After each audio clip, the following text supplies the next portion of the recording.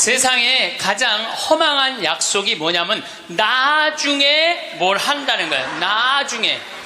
나중에.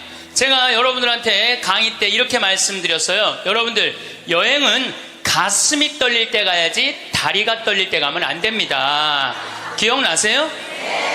그런데 대개 한 50에서 60 되신 분들이 이때 여행을 가고 싶어. 말대로 여행을 가고 싶은데 지금 애도 교육도 시켜야 되고 결혼도 시켜야 돼. 그러니까 신부님, 나중에 간다고. 나중에는 없어요. 가려면 언제 가야 돼? 지금 가야 돼. 지금. 금 중에 제일 소중한 금이 황금도 아니고 소금도 아니고 지금이에요. 지금. 우리 집에 조카가 하나 있는데 3년 전에 내가 잠비아를 데리고 갔다가 얘가 말라리아에 걸렸어요. 그래갖고 여러분, 1년에 말라리아로 걸려 죽는 숫자가 얼마냐면 300만 명이에요. 300만 명. 예. 근데 처음에는 말라리아인지 모르고 독감인 줄 알고 계속 수원에 있는 병원에 있었어. 근데 보니까 이게 치료가 안 되는 거야. 점점 백혈구 수치가 올라가는 거야. 죽기 직전까지 올라간 거야.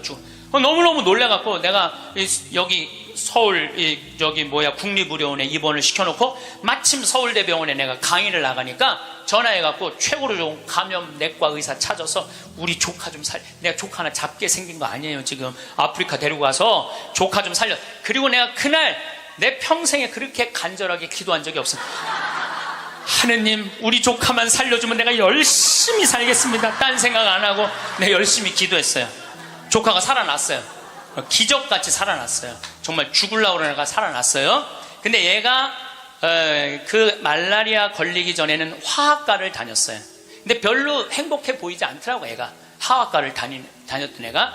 근데 말라리아 치료되고 난 다음에 학교를 때려쳤어요. 얘가 어렸을 때 성우를 하고 싶어 했어요. 그래서 뭐 바이올린도 배우고 피아노도 배우는 아이예요, 원래는. 근데 화학과를 간 거야. 바이올린하고 피아노 배우는 애가, 성우하고 싶은 애가 화학과를 가니 얼마나 한심해요.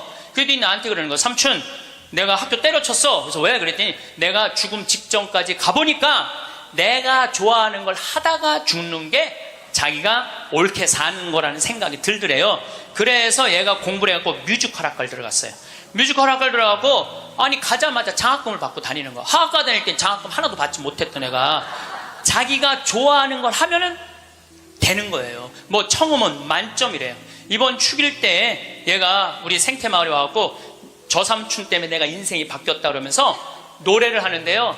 정말로 웬만한 기성 그 뮤지컬 가수보다도 정말 잘한다고는 좀 문제가 있겠지만 절대 노래를 기가 막히게 잘하더라고. 얘가 노래를 얼마나 잘하는지. 얘가 나하고 목소리가 똑같아.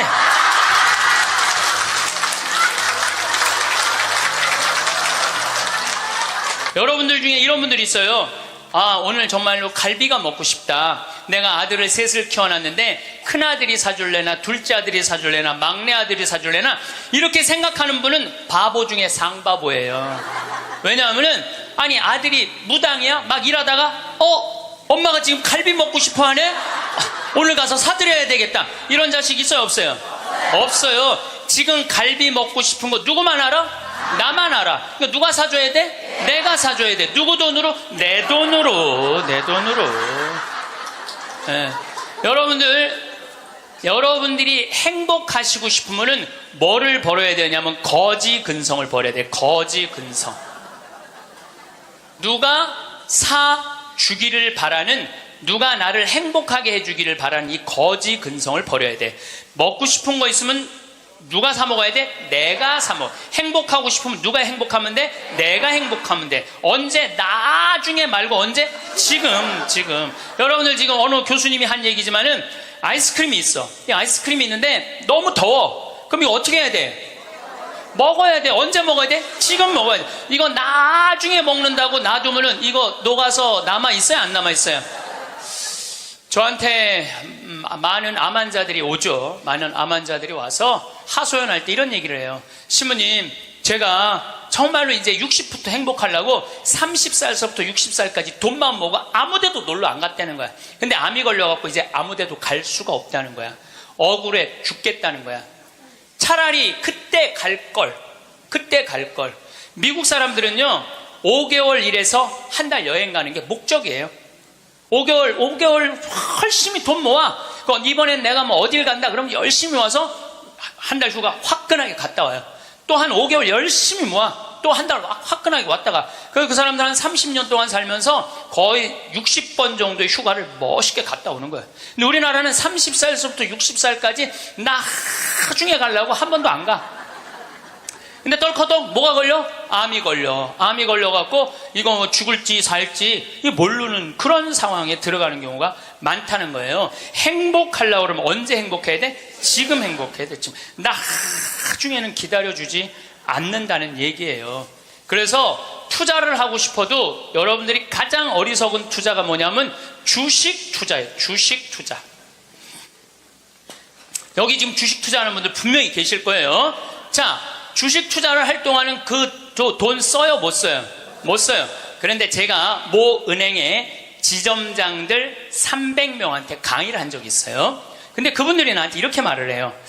대개 주식 투자하는 개인의 96%는 평생 하다 보면은 5천에서 1억 정도는 다 손해보고 나간다는 거. 96%가 써보지도 못하고 날리는 거야. 써보지도 못하고. 저는 요즘 필라테스라는 걸 해요. 제가 필라테스를 하는데 비싸요. 한 시간에 뭐 7만 원인가 그 정도 해요. 또 개인 레슨을 하니까. 그런데 제가 뭐 관절염이 있으니까 안 쓰는 근육들이 너무 많더라고. 일주일에 2번을 하는데 내 몸이 나한테 그러더라고요. 주인님 너무너무 감사하다는 거야. 나한테 왜 이렇게 나한테 잘해주느냐고. 필라테스를 하죠. 그 다음에 내가 영어 공부하죠. 나한테 하는 투자는 아깝지 않아요. 그런데 주식 투자는 써보지도 못하고 날리는 거야. 아니 여러분들 5천만 원을 날린 분들 내가 물어볼게. 여러분들 그 5천만 원을 갖고 자기한테 투자했어. 자기 신앙에 투자했어. 5천만 원을 가지고 이스라엘 성지순례를 10번을 갔다 왔다고 생각을 한번 해봐요. 그럼 여러분들은 지금 10번 갔다 온 분들은 예수님하고 트고 지낼 수 있어요.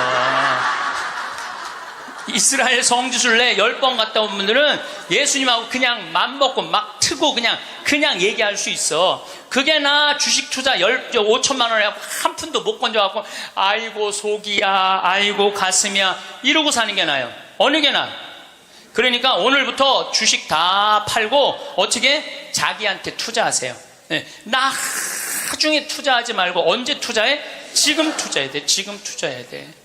우리는 어떻게 행복한지도 모르고 서로 무시하고 사는 게 기쁨이 뭔지도 모르고 살아. 어쨌든 우리 이 대한민국의 건국이념은 돈이야. 돈이기 때문에 돈을 벌어야 되는데 땅덩어리가 넓어요? 캐나다는 우리나라보다 102배가 나라가 넓어요. 102배가 나라가 넓은데 이 나라는 나무만 팔아도 100년을 먹고 산다는 거예요. 나무만 팔아도. 사우디아라비아는 석유만 팔아도 국민소득이 7만 달러야. 아무것도 안 해도. 근데 우리나라는 아무것도 없어. 땅도 안 넓고 자원도 없고.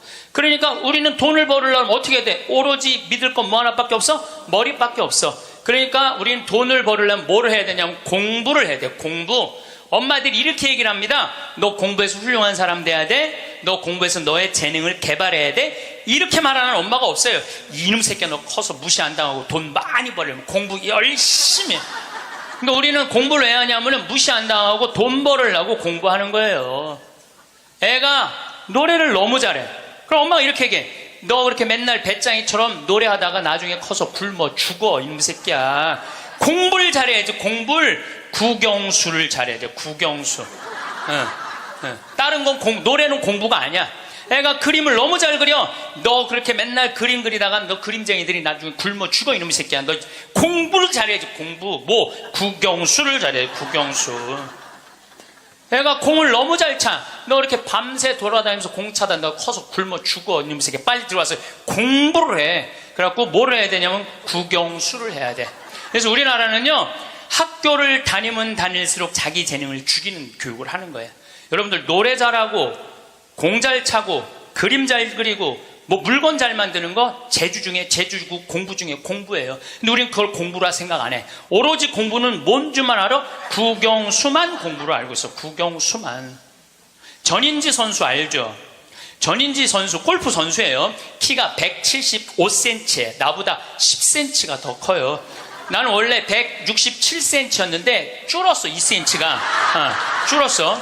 나보다 어쨌든 10cm가 더 커요. 지금 현실적으로는.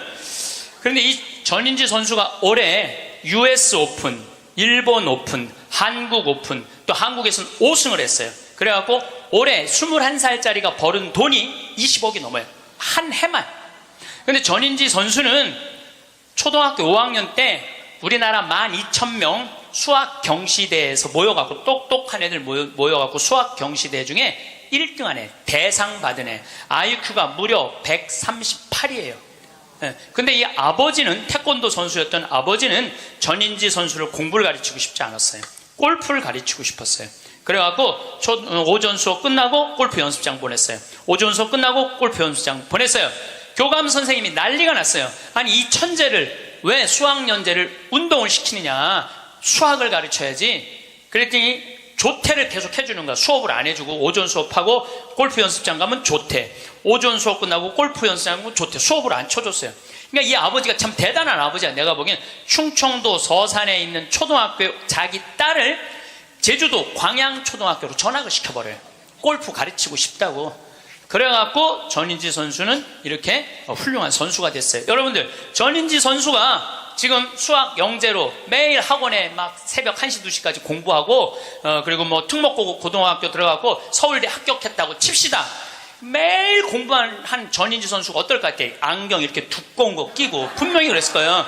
안경 두꺼운 거 끼고 허리는 약간 꾸부정해갖고 머리도 이상하게 해갖고 이러고. 전인지 선수가 또 얼마나 예뻐요. 근데 그 미모도 다 없을 거야.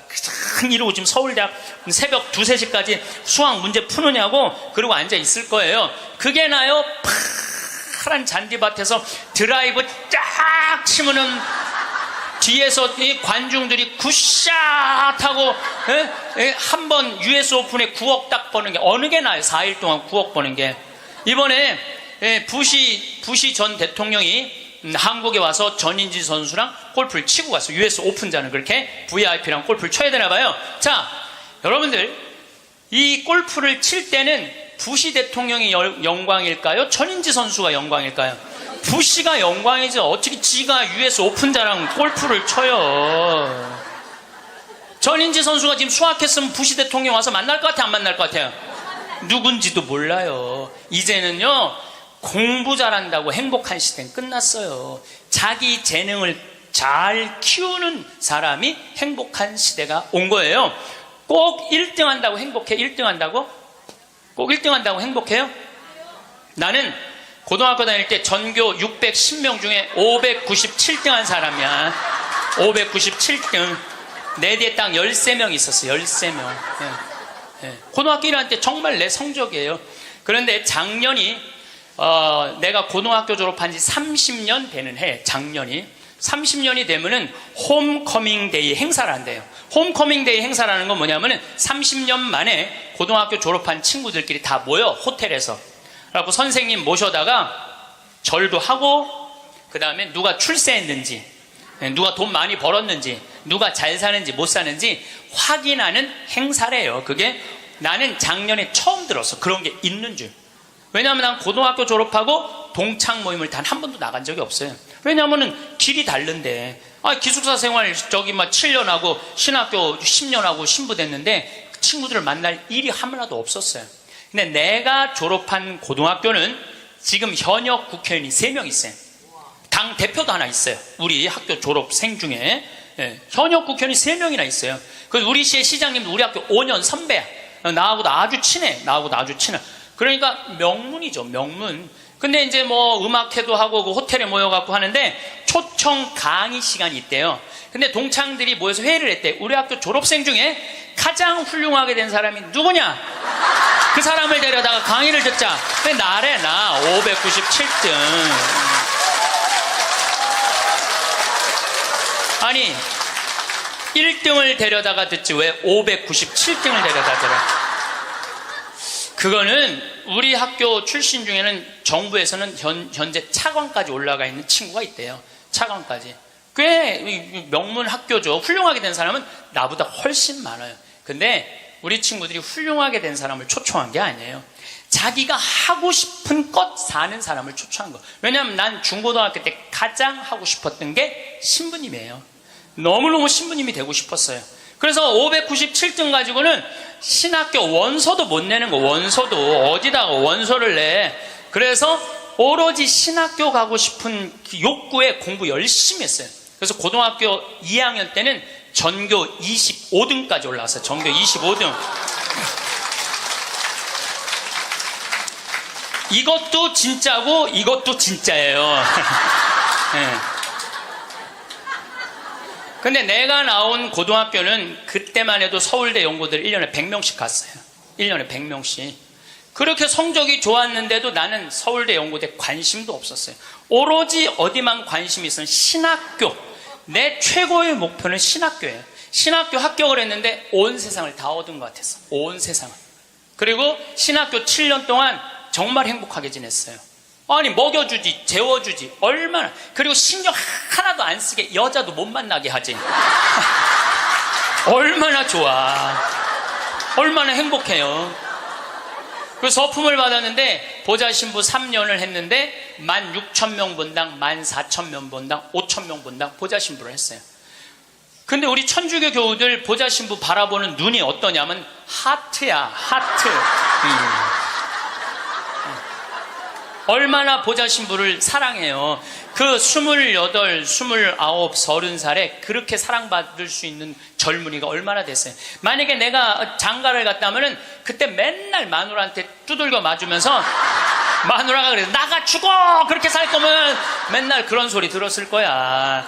그런데 사제가 되니까 그렇게 사랑을 받고 본당부 신부 10년 동안은 교우들이 나를 떠받들고 업고 다녔어요. 정말 나는 평택 비전동, 경기도 광주 오포 능평성당 두 본당의 교우들한테 정말 감사해요.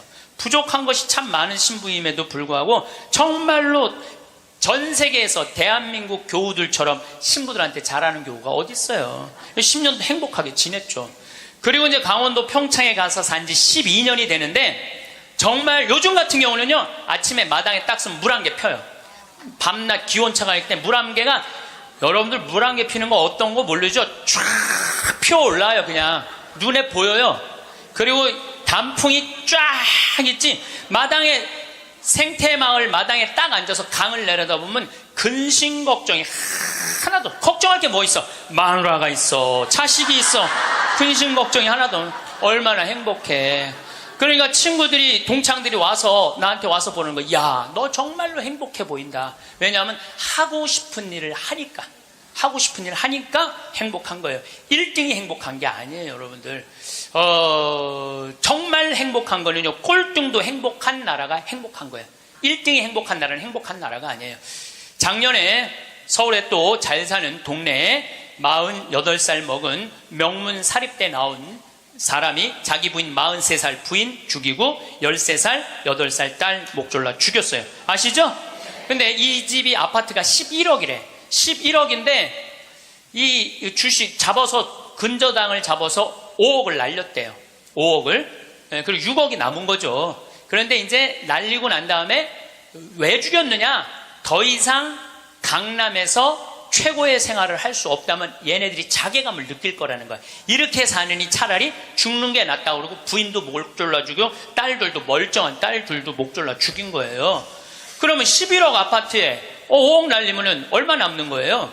6억 남죠? 부인 통장에 3억 현찰이 있었대. 부인이 차분히 돈을 모아놔서. 그럼 9억이야. 꼭 강남에서 살아야 돼? 그 9억을 가지고 평창에 와서 살면은요, 평창에 와서 살면요, 갑부예요. 우리 땅 좋은 거 하나에 15만이 한 평에. 그러면 한 300평 사봐야 한 4,500만 원, 5천만 원이에요. 그리고 집 기가 막히게 잘 지으면요, 한 1억 5천이면 정말 이 서울의 어떤 집보다 멋있게 질 수 있어. 그래봤자 2억이야, 2억. 그리고 7억이 현찰로 남으면요, 평창에서 갑부로 살 수 있어요. 근데 우리는요, 1등에만 목을 매기 때문에 내려앉는 걸 할 줄 모르는 거예요. 내려앉는 걸 할 줄 모르는 거예요.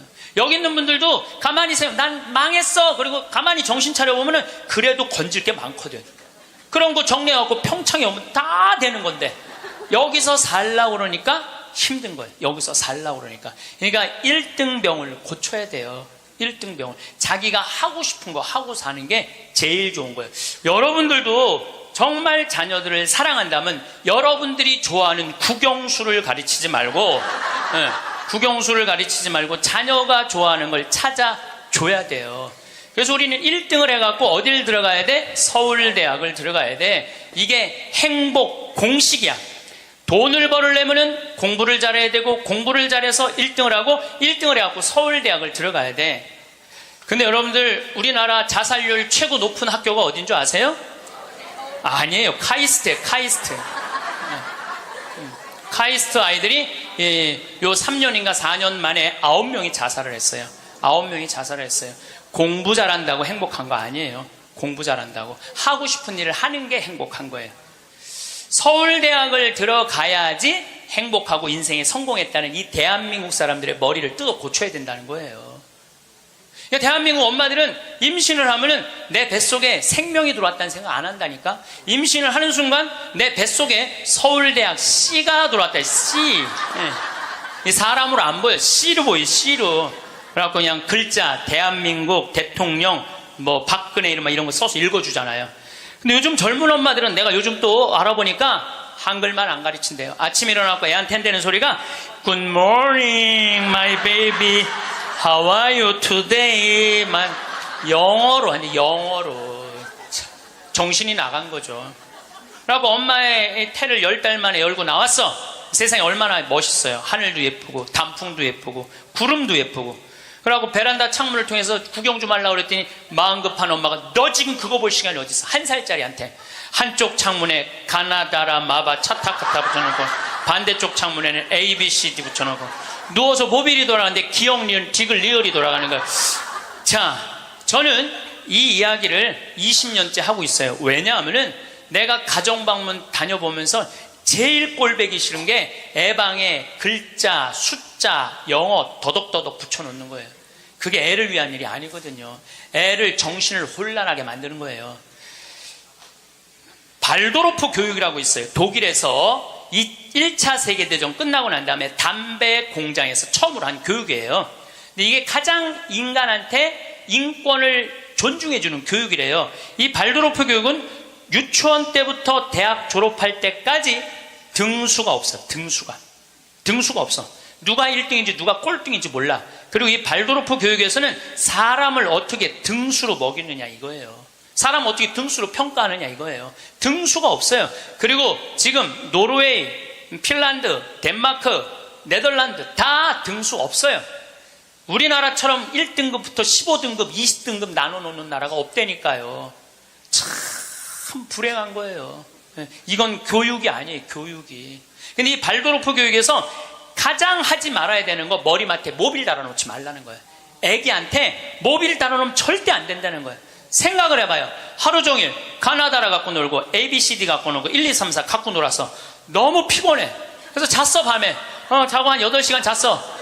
오늘 하루를 개운하게 시작해볼까? 눈을 딱 떴는데 기억, 니은, 디귿, 리을이 돌아가.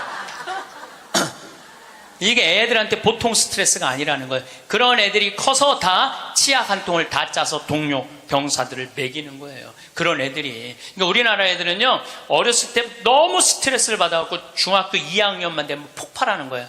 그래서 중2병이 나오는 거예요. 부모가 너무너무 괴롭혀갖고. 작년에 부산에서 한 초등학교가 선생님이 2학년인데 22명이 한 반인데 다음 중간고사 볼 때 만점 받는 애부터 밥 먹인다고. 그래서 국어, 수학을 중간고사에 봤대요. 근데 4명이 22명 중에 4명이 만점을 받았대. 4명한테 그랬대. 니네들 만점 받았으니까 밥 먼저 먹으라고. 그리고 18명한테 니네 시험 못 봤으니까 밥 나중에 먹으라고. 그러고 급식을 성적순으로 한 거죠. 이거 애들한테 갑질 가르치는 거예요. 너 공부 잘하니까 뭐도 먼저 먹어도 돼? 밥도 먼저 먹어. 어렸을 때부터 공부를 잘하면 특권을 누리게 가르치는 거예요. 그래서 갑질이 나오는 거예요. 그래서 어렸을 때 공부 잘하면 밥도 먼저 먹어도 돼. 그러니까 얘네들은 항상 먼저 먹었어. 뭐든지. 그러니까 나중에 무슨 판사, 검사, 국회의원, 장관 돼도 항상 먼저 먹어도 돼. 돈도 먼저 먹어. 뭐든지 먼저 먹어. 남들보다 먼저 먹어. 돈도. 근데 항상 평생을 먼저 먹어갖고 먹었는지 기억도 안 나는 거예요. 기억도 안 나는 거예요. 이게 우리나라 교육에서 잘못된 거예요. 만약에 선생님이 이렇게 교육했다면 얼마나 좋을까요? 18명한테 니네들 시험 못 봤으니까 먼저 밥 먹고 기운 내서 공부 열심히 해. 그리고 4명한테 니네들 양보하면 쟤네들한테 좋을 것 같아. 이랬다면 이 교실 안이 훨씬 화기애애했을 거예요. 만점 맞는 애 먼저 먹으라고 18명 나중에 먹는 애들 시험도 못 봤는데 밥도 나중에 먹으래. 기분 좋을 것 같아, 나쁠 것 같아요? 기분 나쁘죠. 학교 다니면서 기분 나쁜 거죠. 근데 얘네들은 또 집에서는 독상을 차지할 수 있어. 집에서만은. 그래갖고 집에서 엄마한테 성적 주고 행복하게 밥을 먼저 먹었어, 집에서는. 근데 문제는 엄마예요. 행복하게 밥 먹는 애 한번 쳐다보고 성적표 한번 쳐다보고, 행복하게 밥 먹는 애 한번 쳐다보고 성적표 쳐다보다가 해서는 안 될 말을 해요. 야, 이놈의 새끼야, 이 성적 받고 밥이 목구멍으로 넘어가냐. 그럼 얘는 할 수 있는 건 딱 하나밖에 없어요. 탈선밖에 할 수 있는 게 없어요. 탈선. 제가 몇 년 전에 우리나라 최고 좋은 특목고등학교 합격한 여학생이 저를 찾아왔어요. 우울증에 걸려갖고. 얘는 우울증에 걸리니까 머리를 안 깎았어요. 허리까지 머리가 나왔어. 근데 얘는 나하고 1시간 동안 면담하는 동안 단 한순간도 고개를 들지 않았어요. 그러니까 팍 고개를 숙이니까 그 긴 머리가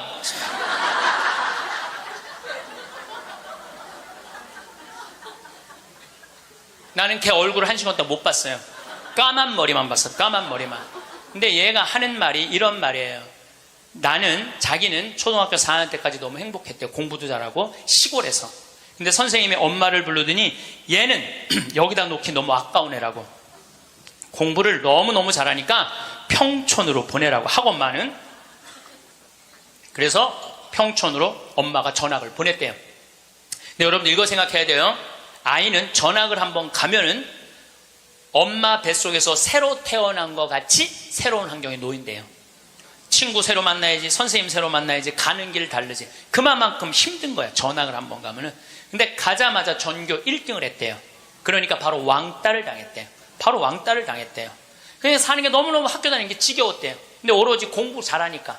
거기서 너무너무 공부 잘하니까 선생님이 엄마를 부르더니 얘는 평촌에 놓기 너무 아깝다고 일산으로 보내라고. 일산으로 갔대요. 중학교 올라가고 일산에서도 공부를 너무 잘한 거야. 그랬더니 선생님이 엄마를 부르더니 얘는 여기다 놓기 너무 아깝다고 강남으로 보내라고. 강남으로 간 거예요. 그래서 우리나라 최고 좋은 특목고등학교 합격을 했어요, 이 아이가. 합격을 했는데 우리는 특목고등학교 3월 달에 들어가는 게 아니고 우리 일반 고등학교는 3월에 가잖아요. 특목고등학교 1월 달에 기숙사에 들어간대요. 그래서 1월, 2월 2달 만에 고등학교 2학년 과정을 다 마친대요. 워낙 똑똑한 애들이니까. 그러니까 걔네들이 다 예일대, 하버드대, 서울대 2학년 때 다 가는 거예요. 3학년 때까지 안 가. 2학년 때 다 가는 거야. 선행학습 하니까.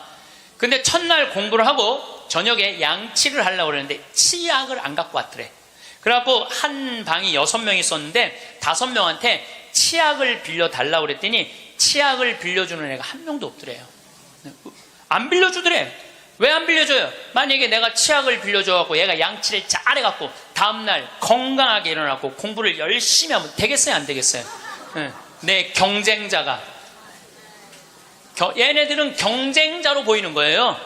친구로, 동료로 안 보이는 거예요. 그래갖고 뭐를 해야 돼? 1등을 해야 돼. 그래갖고 뭘 해야 돼? 출세를 해야 돼. 협동, 이해, 양보, 배려, 이런 거 안 배워요. 이런 거 안 배워요. 경쟁, 1등, 출세, 돈, 이걸 배우는 거예요. 얘가 생각을 해보니까 그때 우울증이 온 거예요. 이게 뭐냐. 근데 걔가 나한테 정말로 울부짖으면서 한 얘기가 있어요. 신부님, 나는 내 인생을 돌아봐서 16년 동안 즐거웠던 추억이 하나도 없어요.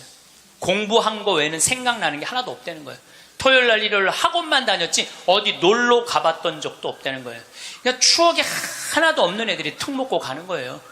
그리고 그 중에 진짜 4당 오락, 4시간 자면은 합격, 5시간 자면은 떨어져. 그러니까 4시간밖에 안 자고 공부만 하는 애들이 서울대학 가는 거예요.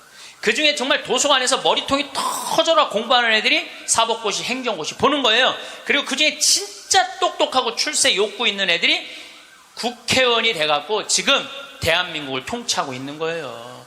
여러분들 대한민국 요즘 국회 보면 맨날 서로 협동하고 이해하고 양보하고 배려해요? 맨날 머리통이 터지게 싸우지 않아요? 대한민국 국회의원은 누가 만들어낸 거냐면 여러분들이 만들어낸 거예요. 대한민국 모든 사람들이 만들어낸 거예요. 대한민국 국회는 대한민국 교육의 결정체예요.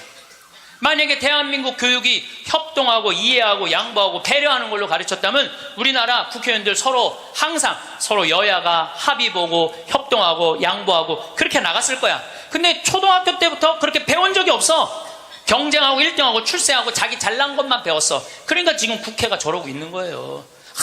내가 보기엔 올해도 예산안이 처리가 될지 안 될지, 그놈의 국정교과서인가 뭔가 때문에 처리될지 안 될지, 그건 난 지금 정말 한심한 거예요.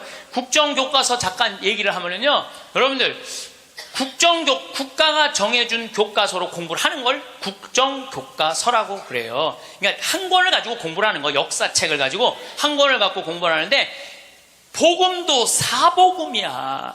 마테오, 마르코, 루카, 요한이야. 예수님을 이렇게 서술하는 것도 4가지 관점에서 서술을 하는 거예요.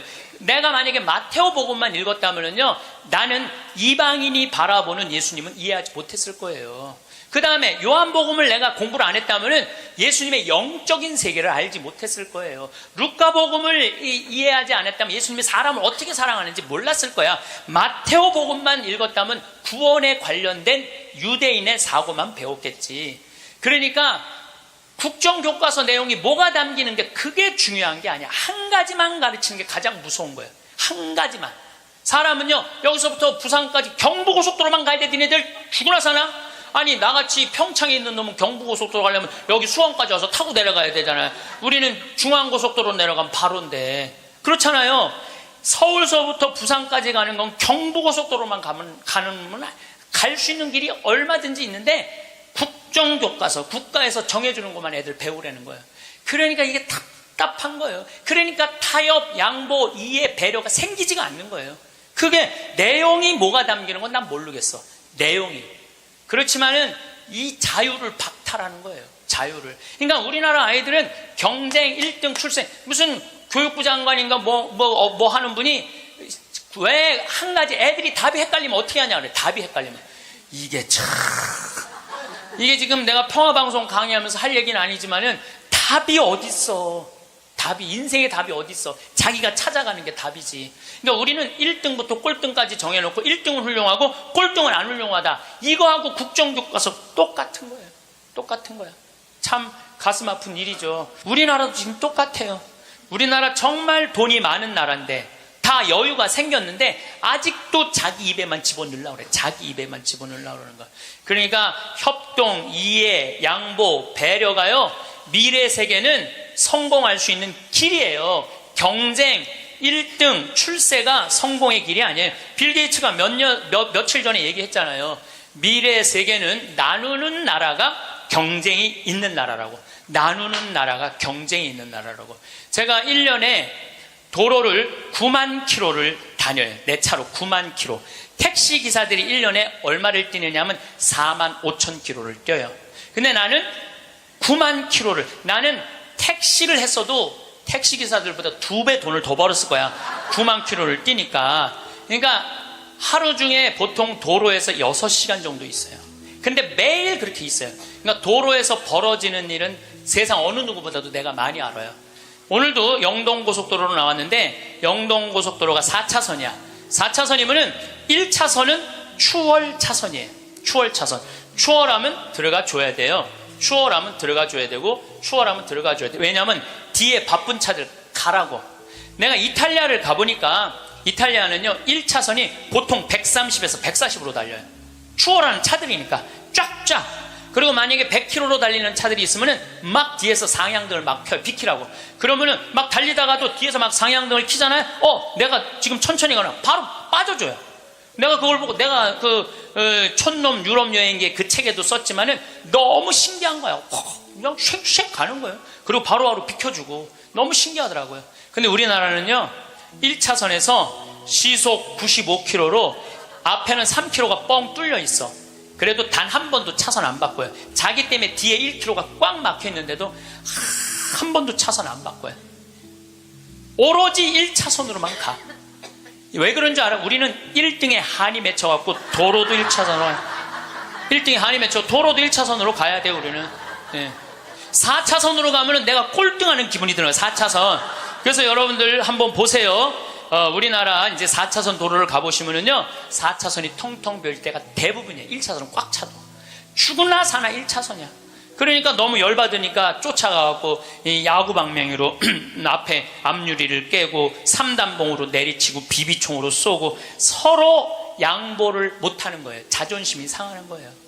아니 자기가 좀 늦으면 2차선으로 가든 3차선으로 가든 4차선으로 가는데 우리는 이게 안 되는 거예요. 지난 1월 달에 제가 괌에 강의를 갔어요. 괌에 강의를 갔는데 저녁에 나하고 같이 간 신부님이 시내 구경 나가자고 그래서 나갔어요. 근데 건널목을 건널려고 그랬는데 두 걸음을 걷는데 빨간불이 딱 켜졌어.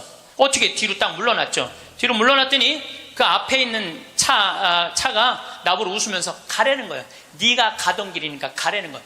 뒷차들이 쫙 서 있는데 나는 빨간불이고 자기는 파란불인데 나보고 가라는 거야. 항상 선진국에 가보면은요, 누가 우선이냐면 사람이 우선이에요. 사람이 건너겠다면 차는 자기가 파란불이라도 서요.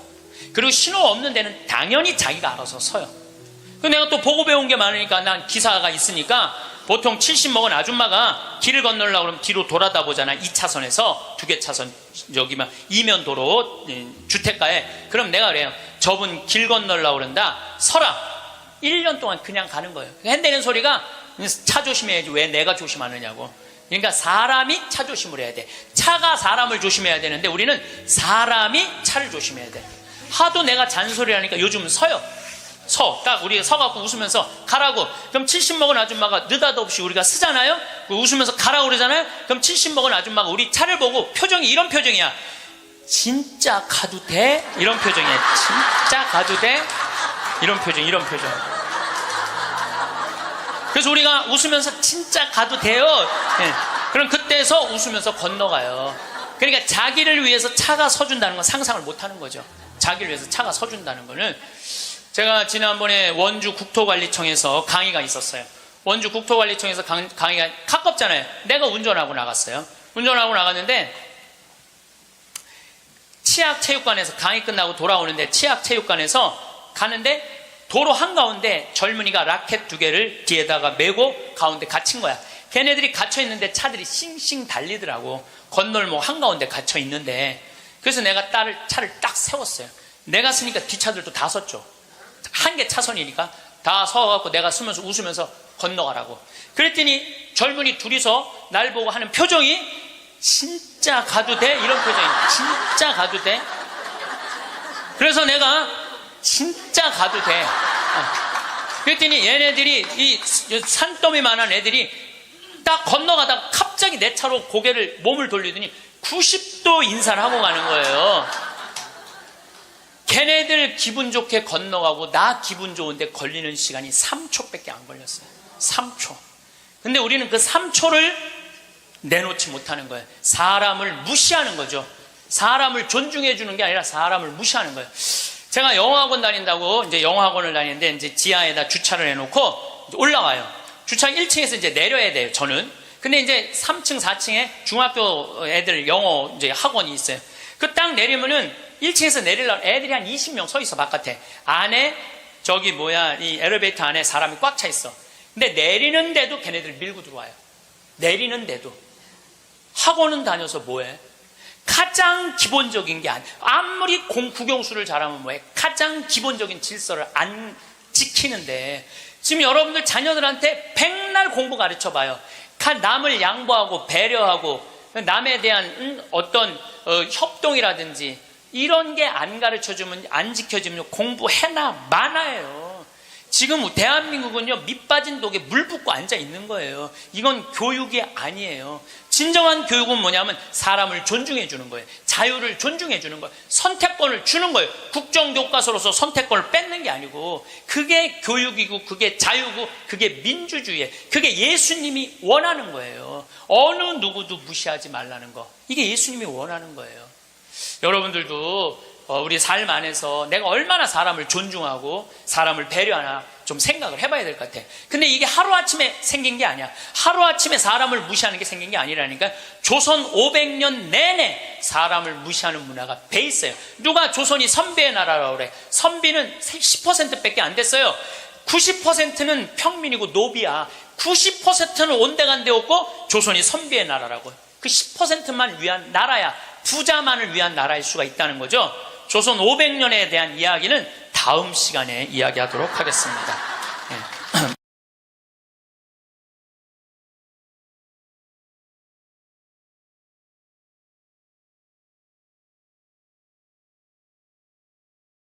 여러분들 중에 이런 분들이 있어요. 아, 오늘 정말로 갈비가 먹고 싶다. 내가 아들을 셋을 키워놨는데 큰아들이 사줄래나 둘째 아들이 사줄래나 막내 아들이 사줄래나 이렇게 생각하는 분은 바보 중에 상바보예요. 왜냐하면은 아니 아들이 무당이야? 막 일하다가 엄마가 지금 갈비 먹고 싶어 하네? 오늘 가서 사드려야 되겠다. 이런 자식 있어요 없어요? 없어요. 지금 갈비 먹고 싶은 거 누구만 알아?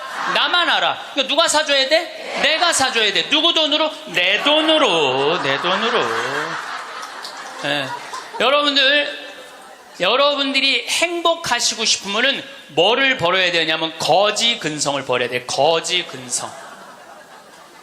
누가 사주기를 바라는, 누가 나를 행복하게 해주기를 바라는 이 거지 근성을 버려야 돼.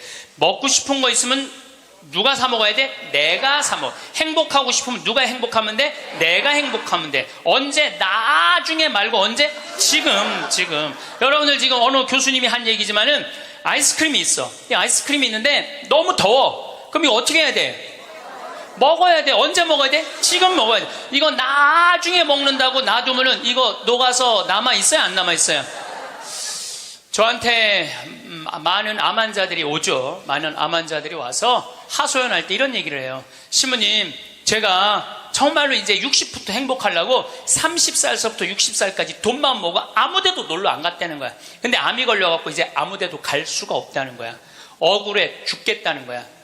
차라리 그때 갈 걸. 미국 사람들은요 5개월 일해서 한 달 여행 가는 게 목적이에요. 5개월 열심히 돈 모아. 이번엔 내가 뭐 어딜 간다 그러면 열심히 와서 한 달 휴가 화끈하게 갔다 와요. 또 한 5개월 열심히 모아. 또 한 달 화끈하게 왔다가. 그 사람들 한 30년 동안 살면서 거의 60번 정도의 휴가를 멋있게 갔다 오는 거예요. 근데 우리나라는 30살부터 60살까지 나중에 가려고 한 번도 안 가. 근데 떨커덕 뭐가 걸려? 암이 걸려갖고 이거 뭐 죽을지 살지 모르는 그런 상황에 들어가는 경우가 많다는 거예요. 행복하려고 그러면 언제 행복해야 돼? 지금 행복해야 돼. 지금. 나중에는 기다려주지 않는다는 얘기예요. 그래서 투자를 하고 싶어도 여러분들이 가장 어리석은 투자가 뭐냐면 주식 투자예요. 주식 투자. 여기 지금 주식 투자하는 분들 분명히 계실 거예요. 자, 주식 투자를 할 동안은 돈 써요? 못 써요? 못 써요. 그런데 제가 모 은행의 지점장들 300명한테 강의를 한 적이 있어요. 근데 그분들이 나한테 이렇게 말을 해요. 대개 주식 투자하는 개인의 96%는 평생 하다 보면은 5천에서 1억 정도는 다 손해보고 나간다는 거예요. 96%가 써보지도 못하고 날리는 거야. 써보지도 못하고. 저는 요즘 필라테스라는 걸 해요. 제가 필라테스를 하는데 비싸요. 한 시간에 뭐 7만 원인가 그 정도 해요. 또 개인 레슨을 하니까. 그런데 제가 뭐 관절염이 있으니까 안 쓰는 근육들이 너무 많더라고. 일주일에 2번을 하는데 내 몸이 나한테 그러더라고요. 주인님 너무너무 감사하다는 거야. 나한테 왜 이렇게 나한테 잘해주느냐고. 필라테스를 하죠. 그 다음에 내가 영어 공부하죠. 나한테 하는 투자는 아깝지 않아요. 그런데 주식 투자는 써보지도 못하고 날리는 거야. 아니 여러분들 5천만 원을 날린 분들 내가 물어볼게. 여러분들 그 5천만 원을 갖고 자기한테 투자했어. 자기 신앙에 투자했어. 5천만 원을 가지고 이스라엘 성지순례를 10번을 갔다 왔다고 생각을 한번 해봐요. 그럼 여러분들은 지금 10번 갔다 온 분들은 예수님하고 트고 지낼 수 있어요. 이스라엘 성지순례 10번 갔다 온 분들은 예수님하고 그냥 맘먹고 막 트고 그냥 얘기할 수 있어. 그게 나 주식 투자 5천만 원에 한 푼도 못 건져갖고 아이고 속이야 아이고 가슴이야 이러고 사는 게 나아요. 어느 게 나아? 그러니까 오늘부터 주식 다 팔고 어떻게 자기한테 투자하세요. 네. 나중에 투자하지 말고 언제 투자해? 지금 투자해야 돼. 지금 투자해야 돼.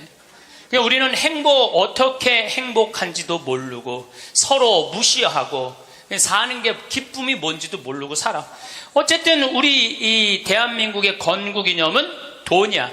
돈이기 때문에 돈을 벌어야 되는데 땅덩어리가 넓어요? 캐나다는 우리나라보다 102배가 나라가 넓어요. 102배가 나라가 넓은데 이 나라는 나무만 팔아도 100년을 먹고 산다는 거예요. 나무만 팔아도. 사우디아라비아는 석유만 팔아도 국민소득이 7만 달러야. 아무것도 안 해도. 근데 우리나라는 아무것도 없어. 땅도 안 넓고 자원도 없고. 그러니까 우리는 돈을 벌으려면 어떻게 해야 돼? 오로지 믿을 건 뭐 하나밖에 없어? 머리밖에 없어. 그러니까 우리는 돈을 벌으려면 뭐를 해야 되냐면 공부를 해야 돼. 공부. 엄마들이 이렇게 얘기를 합니다. 너 공부해서 훌륭한 사람 돼야 돼. 너 공부해서 너의 재능을 개발해야 돼. 이렇게 말하는 엄마가 없어요. 이놈 새끼야 너 커서 무시 안 당하고 돈 많이 벌려면 공부 열심히 해. 그러니까 우리는 공부를 왜 하냐면 무시 안 당하고 돈 벌으려고 공부하는 거예요. 애가 노래를 너무 잘해. 그럼 엄마가 이렇게 얘기해. 너 그렇게 맨날 배짱이처럼 노래하다가 나중에 커서 굶어 죽어 이놈 새끼야. 공부를 잘해야지. 공부를 국영수를 잘해야 돼. 국영수. 다른 건 노래는 공부가 아니야. 애가 그림을 너무 잘 그려. 너 그렇게 맨날 그림 그리다가 너 그림쟁이들이 나중에 굶어 죽어 이놈의 새끼야. 너 공부를 잘해야지. 공부. 국영수를 잘해. 국영수. 애가 공을 너무 잘 차. 너 이렇게 밤새 돌아다니면서 공 차다. 너 커서 굶어 죽어 이놈의 새끼야. 빨리 들어와서 공부를 해. 그래갖고 뭘 해야 되냐면 국영수를 해야 돼. 그래서 우리나라는요, 학교를 다니면 다닐수록 자기 재능을 죽이는 교육을 하는 거예요. 여러분들 노래 잘하고 공 잘 차고 그림 잘 그리고 물건 잘 만드는 거 제주고 공부 중에 공부예요. 근데 우리는 그걸 공부라 생각 안 해. 오로지 공부는 뭔 줄만 알아? 국영수만 공부를 알고 있어. 국영수만. 전인지 선수 알죠? 전인지 선수 골프 선수예요. 키가 175cm에 나보다 10cm가 더 커요.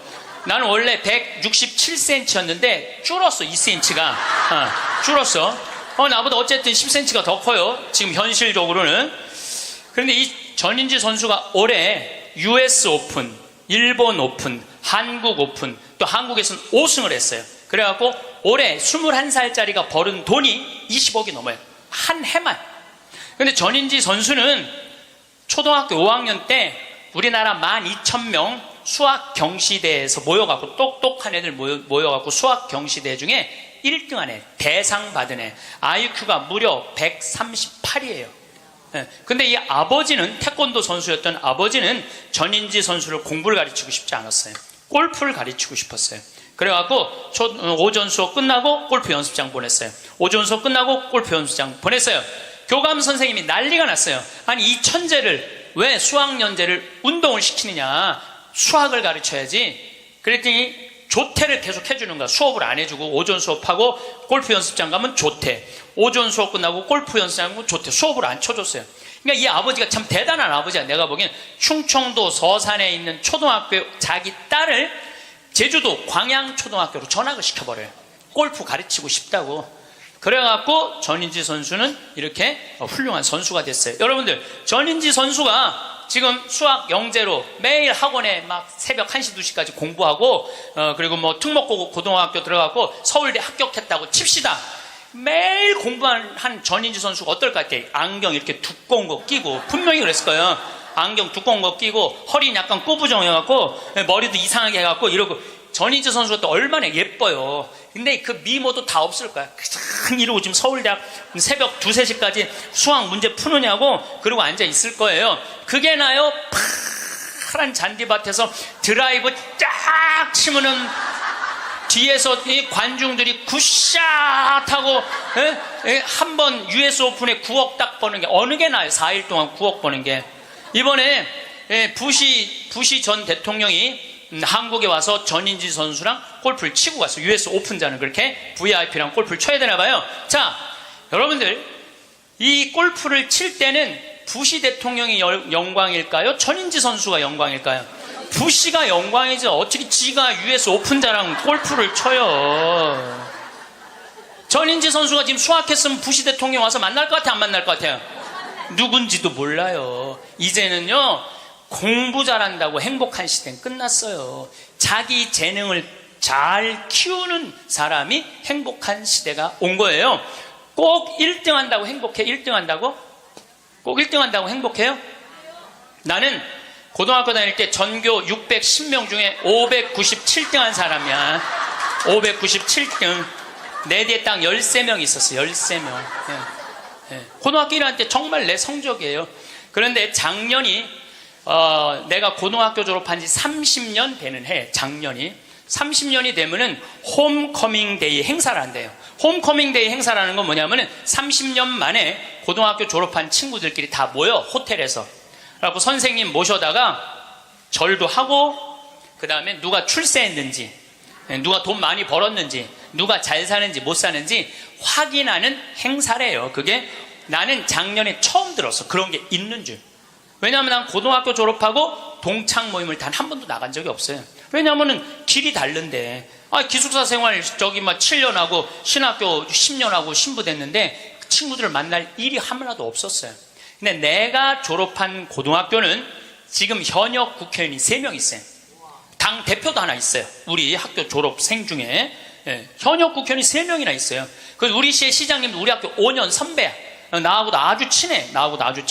그러니까 명문이죠, 명문. 근데 이제 뭐 음악회도 하고 그 호텔에 모여갖고 하는데 초청 강의 시간이 있대요.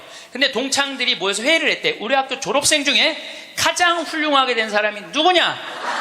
그 사람을 데려다가 강의를 듣자. 근데 나래, 나 597등. 아니 1등을 데려다가 듣지 왜 597등을 데려다 들어? 그거는 우리 학교 출신 중에는 정부에서는 현재 차관까지 올라가 있는 친구가 있대요. 차관까지. 꽤 명문 학교죠. 훌륭하게 된 사람은 나보다 훨씬 많아요. 근데 우리 친구들이 훌륭하게 된 사람을 초청한 게 아니에요. 자기가 하고 싶은 것 사는 사람을 초청한 거. 왜냐하면 난 중고등학교 때 가장 하고 싶었던 게 신부님이에요. 너무너무 신부님이 되고 싶었어요. 그래서 597등 가지고는 신학교 원서도 못 내는 거. 원서도 어디다가 원서를 내. 그래서 오로지 신학교 가고 싶은 그 욕구에 공부 열심히 했어요. 그래서 고등학교 2학년 때는 전교 25등까지 올라왔어요. 전교 25등. 이것도 진짜고 이것도 진짜예요. 네. 근데 내가 나온 고등학교는 그때만 해도 서울대 연고들 1년에 100명씩 갔어요. 1년에 100명씩. 그렇게 성적이 좋았는데도 나는 서울대 연고대 관심도 없었어요. 오로지 어디만 관심이 있으면 신학교. 내 최고의 목표는 신학교예요. 신학교 합격을 했는데 온 세상을 다 얻은 것 같았어. 온 세상을. 그리고 신학교 7년 동안 정말 행복하게 지냈어요. 아니 먹여주지, 재워주지, 얼마나. 그리고 신경 하나도 안 쓰게 여자도 못 만나게 하지. 얼마나 좋아. 얼마나 행복해요. 그 서품을 받았는데 보좌신부 3년을 했는데 16,000명 본당, 14,000명 본당, 5,000명 본당 보좌신부를 했어요. 근데 우리 천주교 교우들 보좌신부 바라보는 눈이 어떠냐면 하트야, 하트. 얼마나 보좌신부를 사랑해요. 그 28, 29, 30살에 그렇게 사랑받을 수 있는 젊은이가 얼마나 됐어요. 만약에 내가 장가를 갔다면은 그때 맨날 마누라한테 두들겨 맞으면서 마누라가 그래서 나가 죽어! 그렇게 살 거면 맨날 그런 소리 들었을 거야. 그런데 사제가 되니까 그렇게 사랑을 받고 본당부 신부 10년 동안은 교우들이 나를 떠받들고 업고 다녔어요. 정말 나는 평택 비전동, 경기도 광주 오포 능평성당 두 본당의 교우들한테 정말 감사해요. 부족한 것이 참 많은 신부임에도 불구하고 정말로 전 세계에서 대한민국 교우들처럼 신부들한테 잘하는 교우가 어디 있어요. 10년도 행복하게 지냈죠. 그리고 이제 강원도 평창에 가서 산 지 12년이 되는데 정말 요즘 같은 경우는요, 아침에 마당에 딱 쓰면 물 한 개 펴요. 밤낮 기온차가 있을 때 물 한 개가, 여러분들 물 한 개 피는 거 어떤 거 모르죠? 쫙 피어올라요. 그냥 눈에 보여요. 그리고 단풍이 쫙 있지. 마당에 생태마을 마당에 딱 앉아서 강을 내려다보면 근심 걱정이 하나도, 걱정할 게 뭐 있어? 마누라가 있어, 자식이 있어, 근심 걱정이 하나도. 얼마나 행복해. 그러니까 친구들이, 동창들이 와서 나한테 와서 보는 거야. 야, 너 정말로 행복해 보인다. 왜냐하면 하고 싶은 일을 하니까, 하고 싶은 일을 하니까 행복한 거예요. 1등이 행복한 게 아니에요, 여러분들. 정말 행복한 거는요, 꼴등도 행복한 나라가 행복한 거예요. 1등이 행복한 나라는 행복한 나라가 아니에요. 작년에 서울에 또 잘 사는 동네에 48살 먹은 명문 사립대 나온 사람이 자기 부인 43살 부인 죽이고 13살, 8살 딸 목 졸라 죽였어요. 아시죠? 근데 이 집이 아파트가 11억이래. 11억인데 이 주식 잡아서, 근저당을 잡아서 5억을 날렸대요. 5억을. 그리고 6억이 남은 거죠. 그런데 이제 날리고 난 다음에 왜 죽였느냐?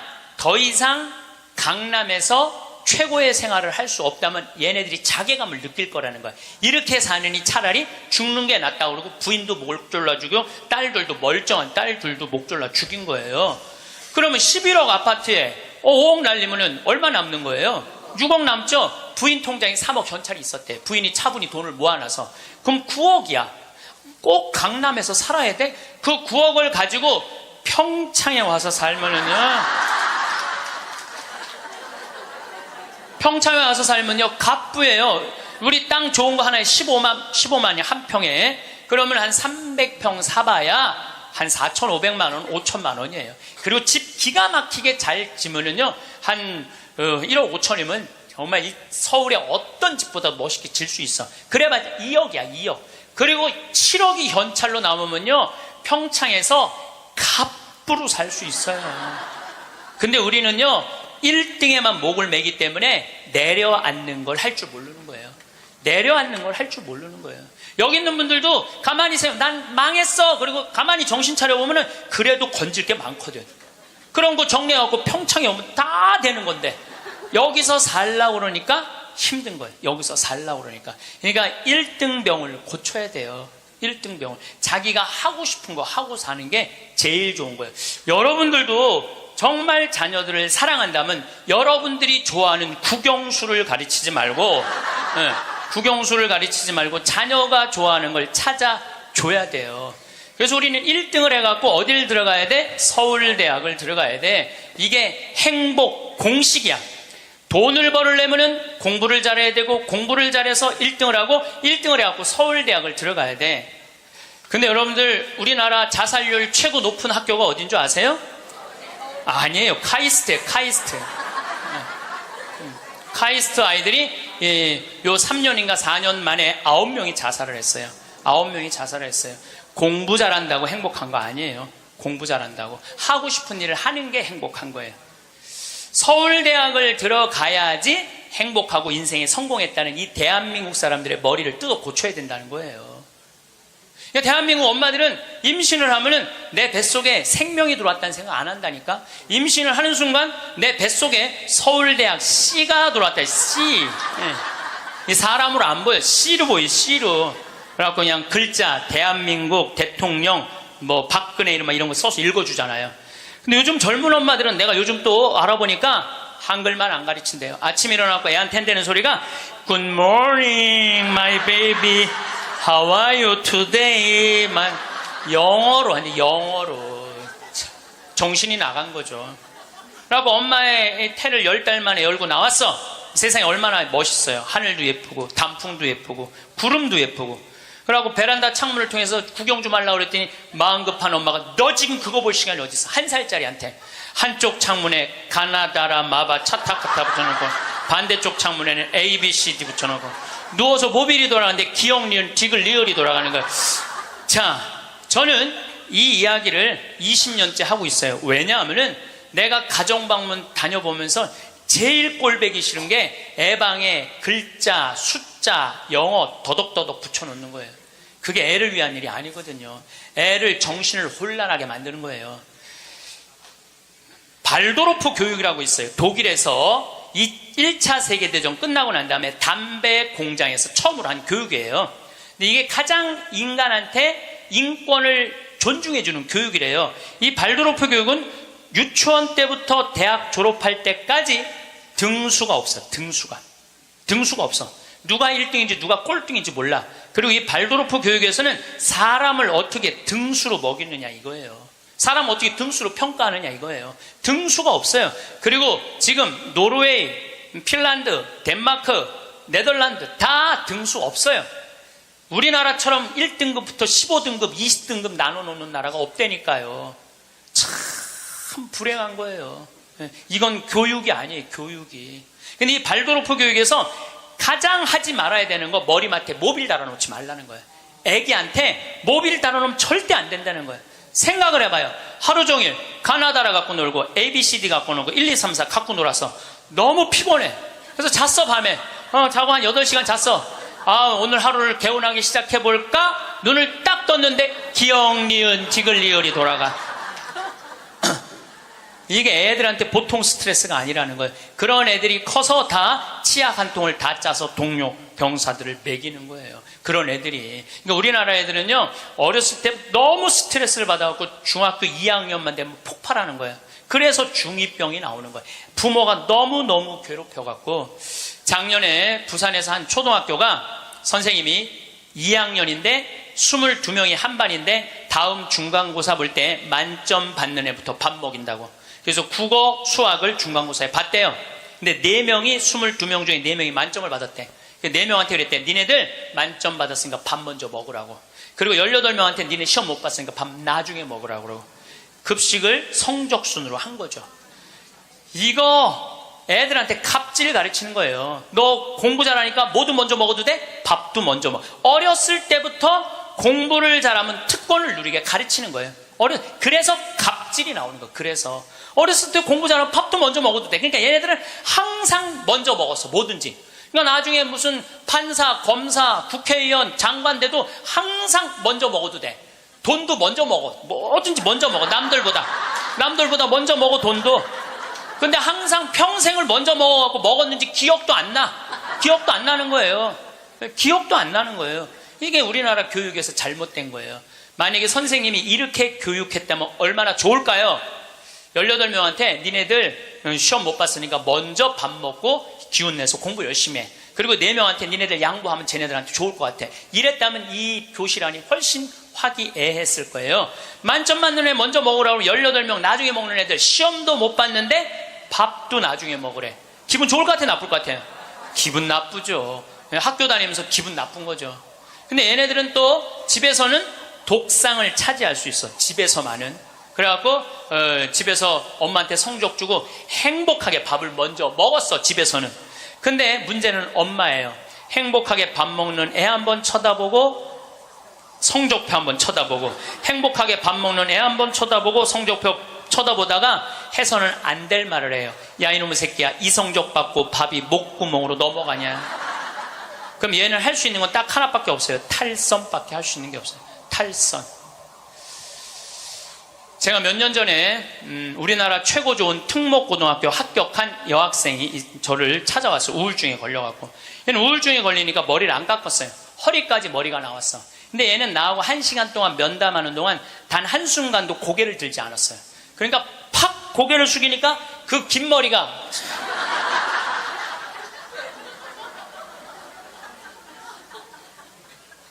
나는 걔 얼굴을 1시간 동안 못 봤어요. 까만 머리만 봤어. 까만 머리만. 근데 얘가 하는 말이 이런 말이에요. 자기는 초등학교 4학년 때까지 너무 행복했대요. 공부도 잘하고 시골에서. 근데 선생님이 엄마를 부르더니 얘는 여기다 놓기 너무 아까운 애라고. 공부를 너무너무 잘하니까 평촌으로 보내라고, 학원만은.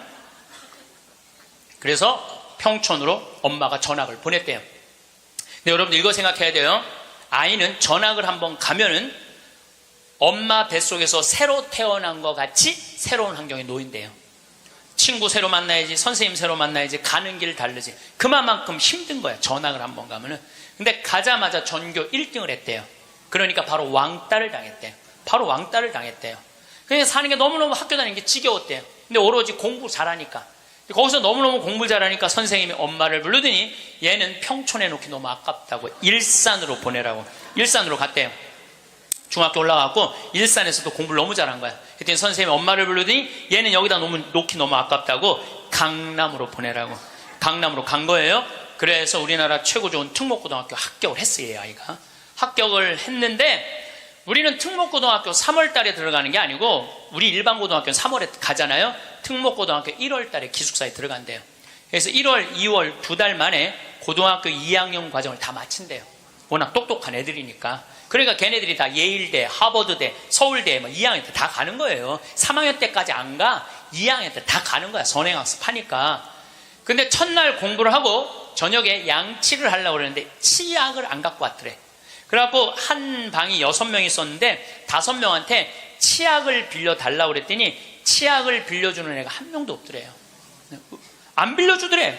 왜 안 빌려줘요? 만약에 내가 치약을 빌려줘갖고 얘가 양치를 잘해갖고 다음날 건강하게 일어났고 공부를 열심히 하면 되겠어요? 안 되겠어요? 내 경쟁자가. 얘네들은 경쟁자로 보이는 거예요. 친구로, 동료로 안 보이는 거예요. 그래갖고 뭐를 해야 돼? 1등을 해야 돼. 그래갖고 뭘 해야 돼? 출세를 해야 돼. 협동, 이해, 양보, 배려, 이런 거 안 배워요. 이런 거 안 배워요. 경쟁, 1등, 출세, 돈, 이걸 배우는 거예요. 얘가 생각을 해보니까 그때 우울증이 온 거예요. 이게 뭐냐. 근데 걔가 나한테 정말로 울부짖으면서 한 얘기가 있어요. 신부님, 나는 내 인생을 돌아봐서 16년 동안 즐거웠던 추억이 하나도 없어요. 공부한 거 외에는 생각나는 게 하나도 없다는 거예요. 토요일 날 일요일 학원만 다녔지 어디 놀러 가봤던 적도 없다는 거예요. 그러니까 추억이 하나도 없는 애들이 특목고 가는 거예요. 그리고 그 중에 진짜 4당 오락, 4시간 자면은 합격, 5시간 자면은 떨어져. 그러니까 4시간밖에 안 자고 공부만 하는 애들이 서울대학 가는 거예요.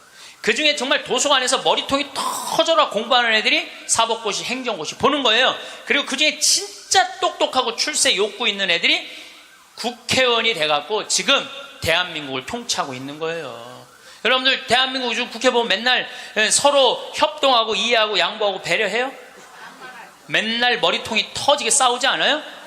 대한민국 국회의원은 누가 만들어낸 거냐면 여러분들이 만들어낸 거예요. 대한민국 모든 사람들이 만들어낸 거예요. 대한민국 국회는 대한민국 교육의 결정체예요.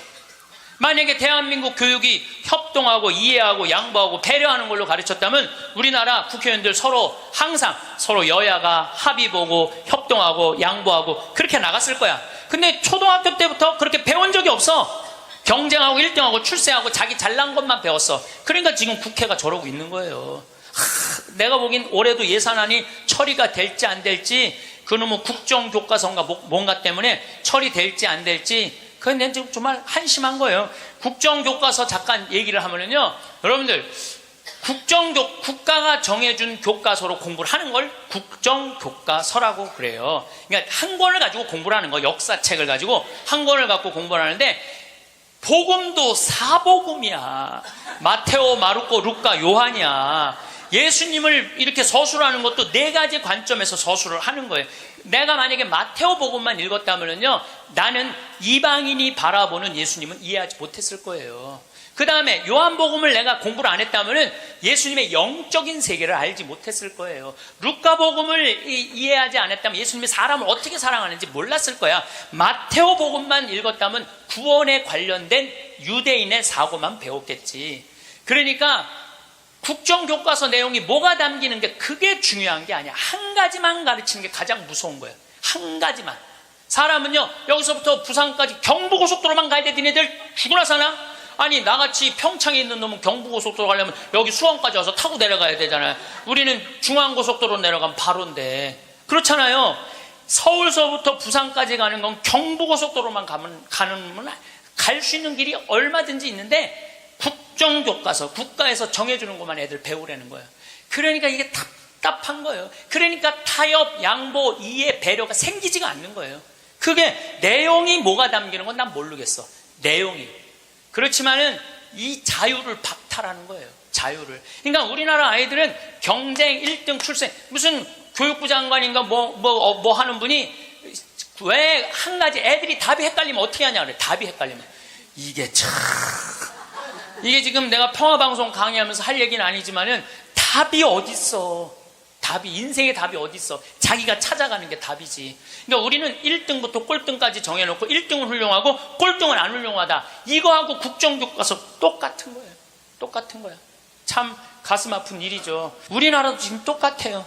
우리나라 정말 돈이 많은 나라인데 다 여유가 생겼는데 아직도 자기 입에만 집어넣으려고 그래. 자기 입에만 집어넣으려고 그러는 거야. 그러니까 협동, 이해, 양보, 배려가요, 미래 세계는 성공할 수 있는 길이에요. 경쟁, 1등, 출세가 성공의 길이 아니에요. 빌 게이츠가 며칠 전에 얘기했잖아요. 미래 세계는 나누는 나라가 경쟁이 있는 나라라고. 나누는 나라가 경쟁이 있는 나라라고. 제가 1년에 도로를 9만 킬로를 다녀요. 내 차로 9만 킬로. 택시 기사들이 1년에 얼마를 뛰느냐 하면 4만 5천 킬로를 뛰어요. 근데 나는 9만 킬로를, 나는 택시를 했어도 택시 기사들보다 2배 돈을 더 벌었을 거야. 9만 킬로를 뛰니까. 그러니까 하루 중에 보통 도로에서 6시간 정도 있어요. 근데 매일 그렇게 있어요. 그러니까 도로에서 벌어지는 일은 세상 어느 누구보다도 내가 많이 알아요. 오늘도 영동고속도로로 나왔는데 영동고속도로가 4차선이야. 4차선이면은 1차선은 추월차선이에요. 추월차선. 추월하면 들어가 줘야 돼요. 추월하면 들어가 줘야 되고 추월하면 들어가 줘야 돼. 왜냐하면 뒤에 바쁜 차들 가라고. 내가 이탈리아를 가보니까 이탈리아는요 1차선이 보통 130에서 140으로 달려요. 추월하는 차들이니까 쫙쫙. 그리고 만약에 100km로 달리는 차들이 있으면은 막 뒤에서 상향등을 막 켜요. 비키라고. 그러면은 막 달리다가도 뒤에서 막 상향등을 켜잖아요. 내가 지금 천천히 가나 바로 빠져줘요. 내가 그걸 보고 내가 촌놈 유럽 여행기 그 책에도 썼지만은 너무 신기한 거야. 그냥 쉑쉑 가는 거예요. 그리고 바로바로 비켜주고 너무 신기하더라고요. 근데 우리나라는요 1차선에서 시속 95km로 앞에는 3km가 뻥 뚫려 있어. 그래도 단 한 번도 차선 안 바꿔요. 자기 때문에 뒤에 1km가 꽉 막혀 있는데도 한 번도 차선 안 바꿔요. 오로지 1차선으로만 가. 왜 그런 줄 알아? 우리는 1등에 한이 맺혀갖고 도로도 1차선으로 1등에 한이 맺혀 도로도 1차선으로 가야 돼. 우리는 4차선으로 가면은 내가 꼴등하는 기분이 들어요. 4차선. 그래서 여러분들 한번 보세요. 우리나라 이제 4차선 도로를 가보시면은요 4차선이 텅텅 비일 때가 대부분이에요. 1차선은 꽉 차도 죽으나 사나 1차선이야. 그러니까 너무 열받으니까 쫓아가갖고 이 야구 방망이로 앞에 앞유리를 깨고 3단봉으로 내리치고 비비총으로 쏘고 서로 양보를 못하는 거예요. 자존심이 상하는 거예요. 아니 자기가 좀 늦으면 2차선으로 가든 3차선으로 가든 4차선으로 가는데 우리는 이게 안 되는 거예요. 지난 1월 달에 제가 괌에 강의를 갔어요. 괌에 강의를 갔는데 저녁에 나하고 같이 간 신부님이 시내 구경 나가자고 해서 나갔어요. 근데 건널목을 건널려고 그랬는데 두 걸음을 걷는데 빨간불이 딱 켜졌어. 어떻게 뒤로 딱 물러났죠. 뒤로 물러났더니 그 앞에 있는 차가 나보고 웃으면서 가라는 거예요. 네가 가던 길이니까 가라는 거예요. 뒷차들이 쫙 서 있는데 나는 빨간불이고 자기는 파란불인데 나보고 가라는 거야. 항상 선진국에 가보면은요 누가 우선이냐면 사람이 우선이에요. 사람이 건너겠다면 차는 자기가 파란불이라도 서요. 그리고 신호 없는 데는 당연히 자기가 알아서 서요. 내가 또 보고 배운 게 많으니까 난 기사가 있으니까 보통 70 먹은 아줌마가 길을 건너려고 그러면 뒤로 돌아다 보잖아. 2차선에서 2개 차선 여기만 이면 도로 주택가에. 그럼 내가 그래요. 저분 길 건너려고 그런다. 서라. 1년 동안 그냥 가는 거예요. 핸대는 소리가 차 조심해야지 왜 내가 조심하느냐고. 그러니까 사람이 차 조심을 해야 돼. 차가 사람을 조심해야 되는데 우리는 사람이 차를 조심해야 돼. 하도 내가 잔소리를 하니까 요즘은 서요. 딱 우리 서갖고 웃으면서 가라고. 그럼 70 먹은 아줌마가 느닷없이 우리가 쓰잖아요. 웃으면서 가라고 그러잖아요. 그럼 70 먹은 아줌마가 우리 차를 보고 표정이 이런 표정이야. 진짜 가도 돼? 이런 표정이야. 진짜 가도 돼? 이런 표정. 그래서 우리가 웃으면서 진짜 가도 돼요. 네. 그럼 그때서 웃으면서 건너가요. 그러니까 자기를 위해서 차가 서준다는 건 상상을 못하는 거죠. 자기를 위해서 차가 서준다는 거는. 제가 지난번에 원주 국토관리청에서 강의가 있었어요. 원주 국토관리청에서 강의가 가깝잖아요. 내가 운전하고 나갔어요. 운전하고 나갔는데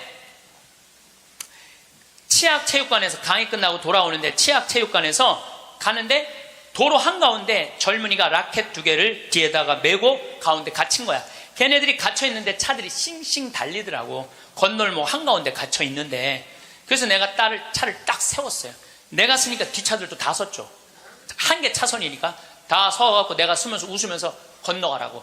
그랬더니 젊은이 둘이서 날 보고 하는 표정이 진짜 가도 돼? 이런 표정이야. 진짜 가도 돼? 그래서 내가 진짜 가도 돼. 그랬더니 얘네들이 이 산더미만한 애들이 딱 건너가다가 갑자기 내 차로 몸을 돌리더니 90도 인사를 하고 가는 거예요. 걔네들 기분 좋게 건너가고 나 기분 좋은데 걸리는 시간이 3초밖에 안 걸렸어요. 3초. 근데 우리는 그 3초를 내놓지 못하는 거예요. 사람을 무시하는 거죠. 사람을 존중해 주는 게 아니라 사람을 무시하는 거예요. 제가 영어학원 다닌다고 이제 영어학원을 다니는데 이제 지하에다 주차를 해놓고 올라가요. 주차 1층에서 이제 내려야 돼요, 저는. 근데 이제 3층, 4층에 중학교 애들 영어 이제 학원이 있어요.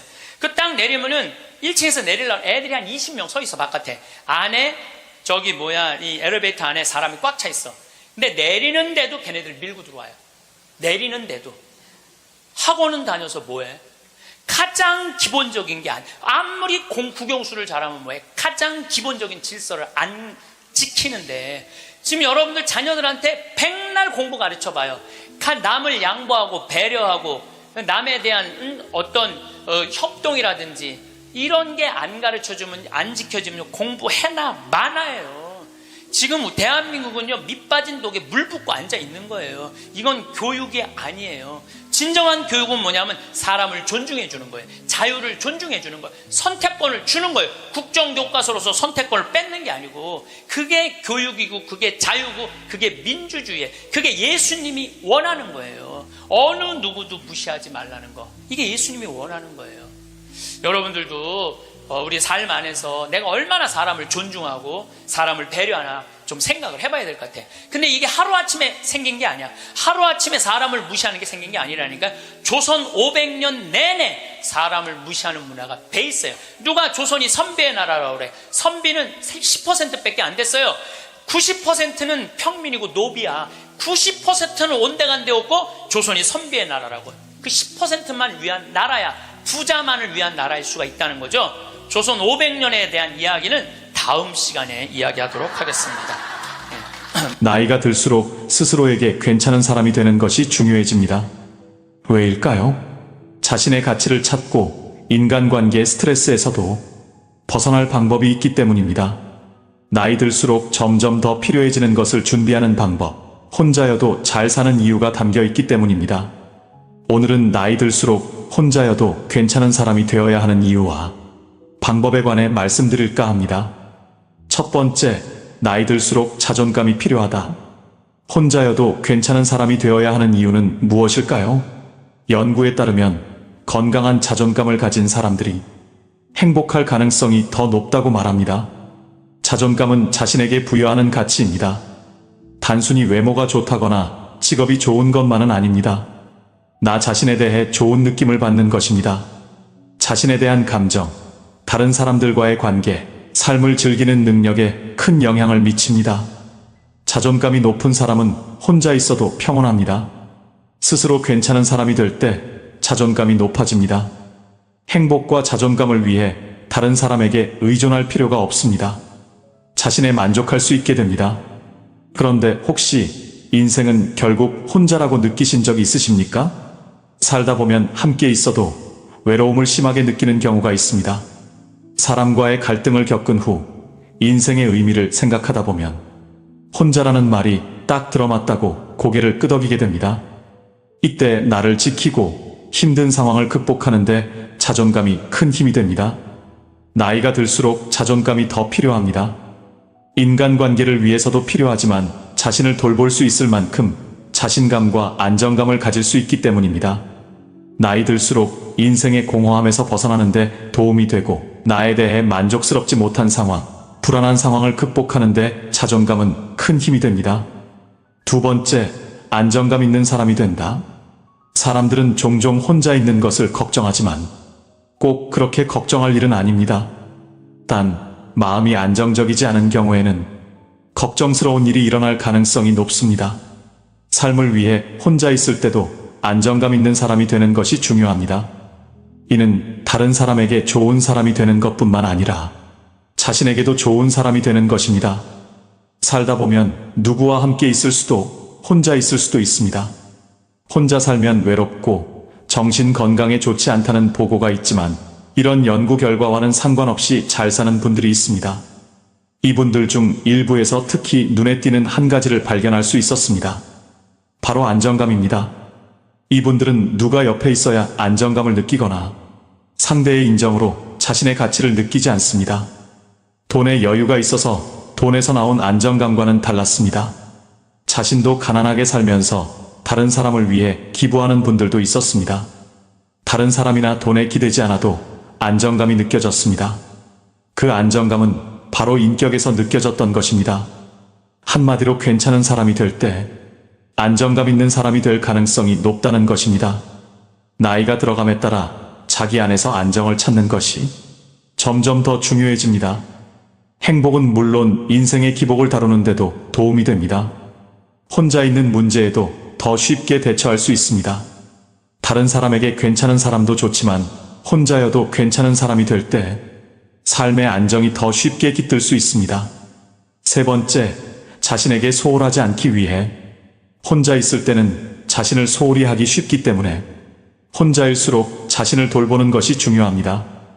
혼자 사는 삶을 추구하다 다른 사람 신경 쓰지 않는다는 것이 자신마저 소홀히 하는 경우가 있습니다. 편하니까 관리도 안 하고 더 나쁜 것은 다른 사람을 불편하게 하는 행동을 해도 둔감해지는 것입니다. 자기를 홀대하고 다른 사람에게 스스로 문을 닫는 행동입니다. 이기적으로 비치기 쉽습니다. 그런데 이런 모습이 나이 들수록 종종 목격됩니다.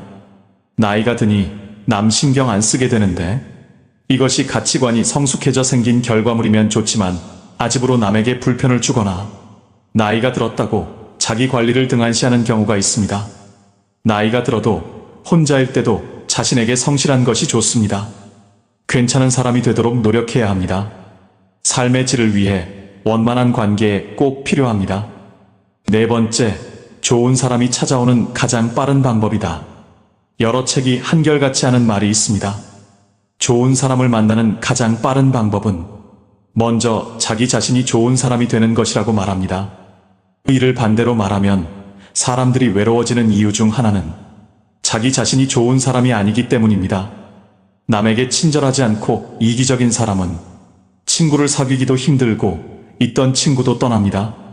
나이 들수록 친구를 사귀기가 쉽지 않습니다. 인간관계에 지치고 가치관이 맞지 않아 꺼리게 됩니다. 그나마 있던 인간관계도 정리하는 경우가 많습니다. 이젠 좋은 사람과 살고 싶다는 생각에서 좋은 사람만 남기고 정리하는 것입니다. 하지만 나이가 들더라도 좋은 사람을 만날 기회는 나타납니다. 나이 들었다고 새로운 사람이 들어올 문까지 막을 필요가 있을까요? 우리 모두는 세상이 완벽한 곳이 아니라는 것을 압니다. 어떤 사람들은 여러분을 실망시키고 상처를 줄 것입니다. 하지만 나쁜 사람들이 있더라도 힘든 시기에 여러분의 편이 되어줄 좋은 사람들도 있습니다. 어릴 때 우정을 쌓아온 친구와는 다른 모습이지만 서로 힘이 되고 존경할 수 있는 사람을 알게 되는 경우가 있습니다. 친구처럼 가까운 사이가 아니더라도 좋은 사람으로 기억하는 분들이 있지 않으십니까? 그런 분들과는 인연을 쭉 이어가고 싶습니다. 그러려면 내가 먼저 좋은 사람, 괜찮은 사람이 되어야 합니다. 괜찮은 사람이 된다는 것은 남을 위해 꼭 무언가를 하는 것이 아닙니다.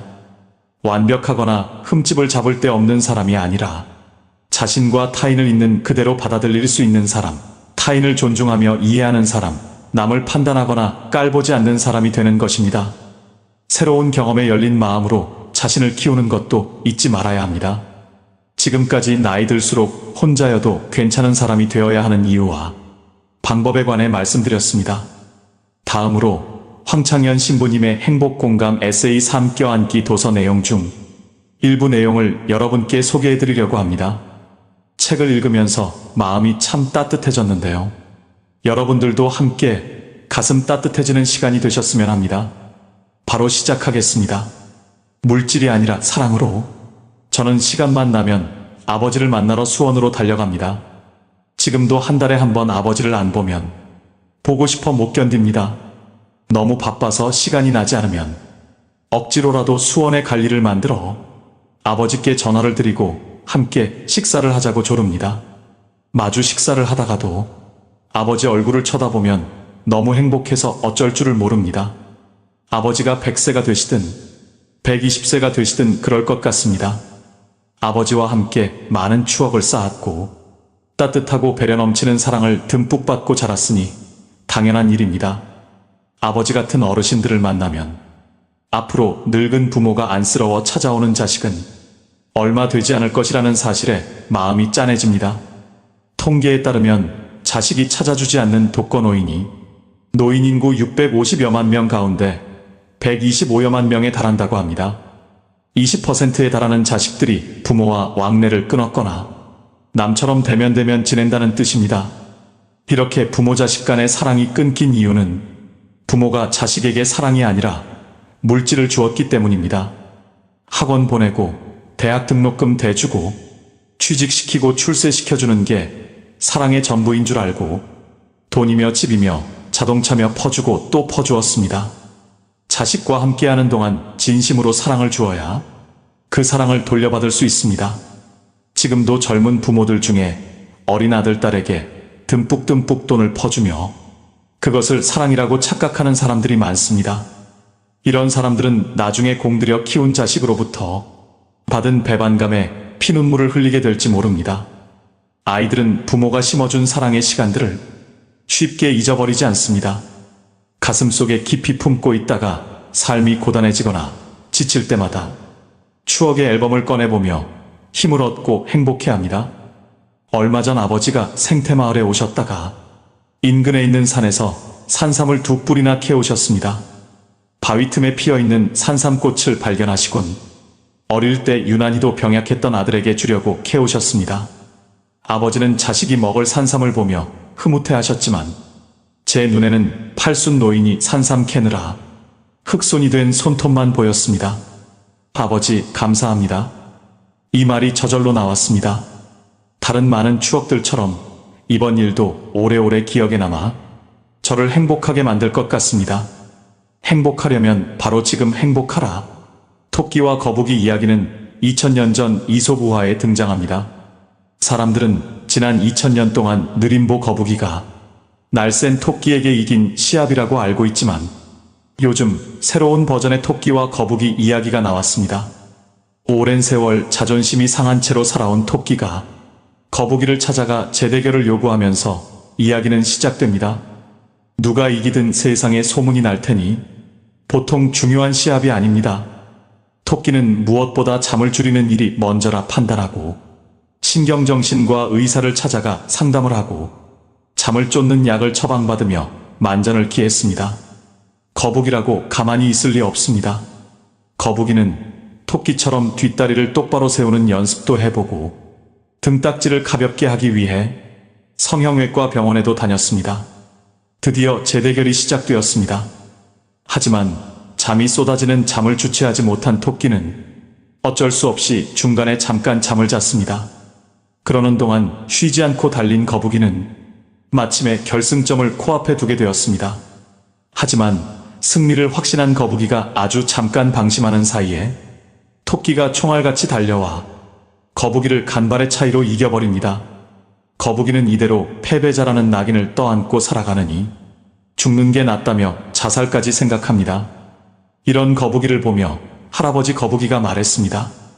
손자야, 슬퍼하지 마라. 너는 토끼 평균 수명이 얼마나 되는지 아느냐? 토끼는 하도 빨빨거리고 뛰어다니다 보니 기껏해야 7년밖에 살지 못하지만 우리는 느리기 때문에 수명이 200년이나 된다. 원래 느린 게 우리 숙명인데 왜 되지도 않게 토끼를 이기겠다고 앞다리 뒷다리를 세우며 힘들게 사느냐? 천천히 살아라. 그게 바로 내 운명이다. 제가 하고 싶은 말은 바로 이것입니다. 지금 대한민국 부모들은 자녀들을 기껏해야 7년밖에 살지 못하는 토끼로 만들려고 안달하고 있습니다.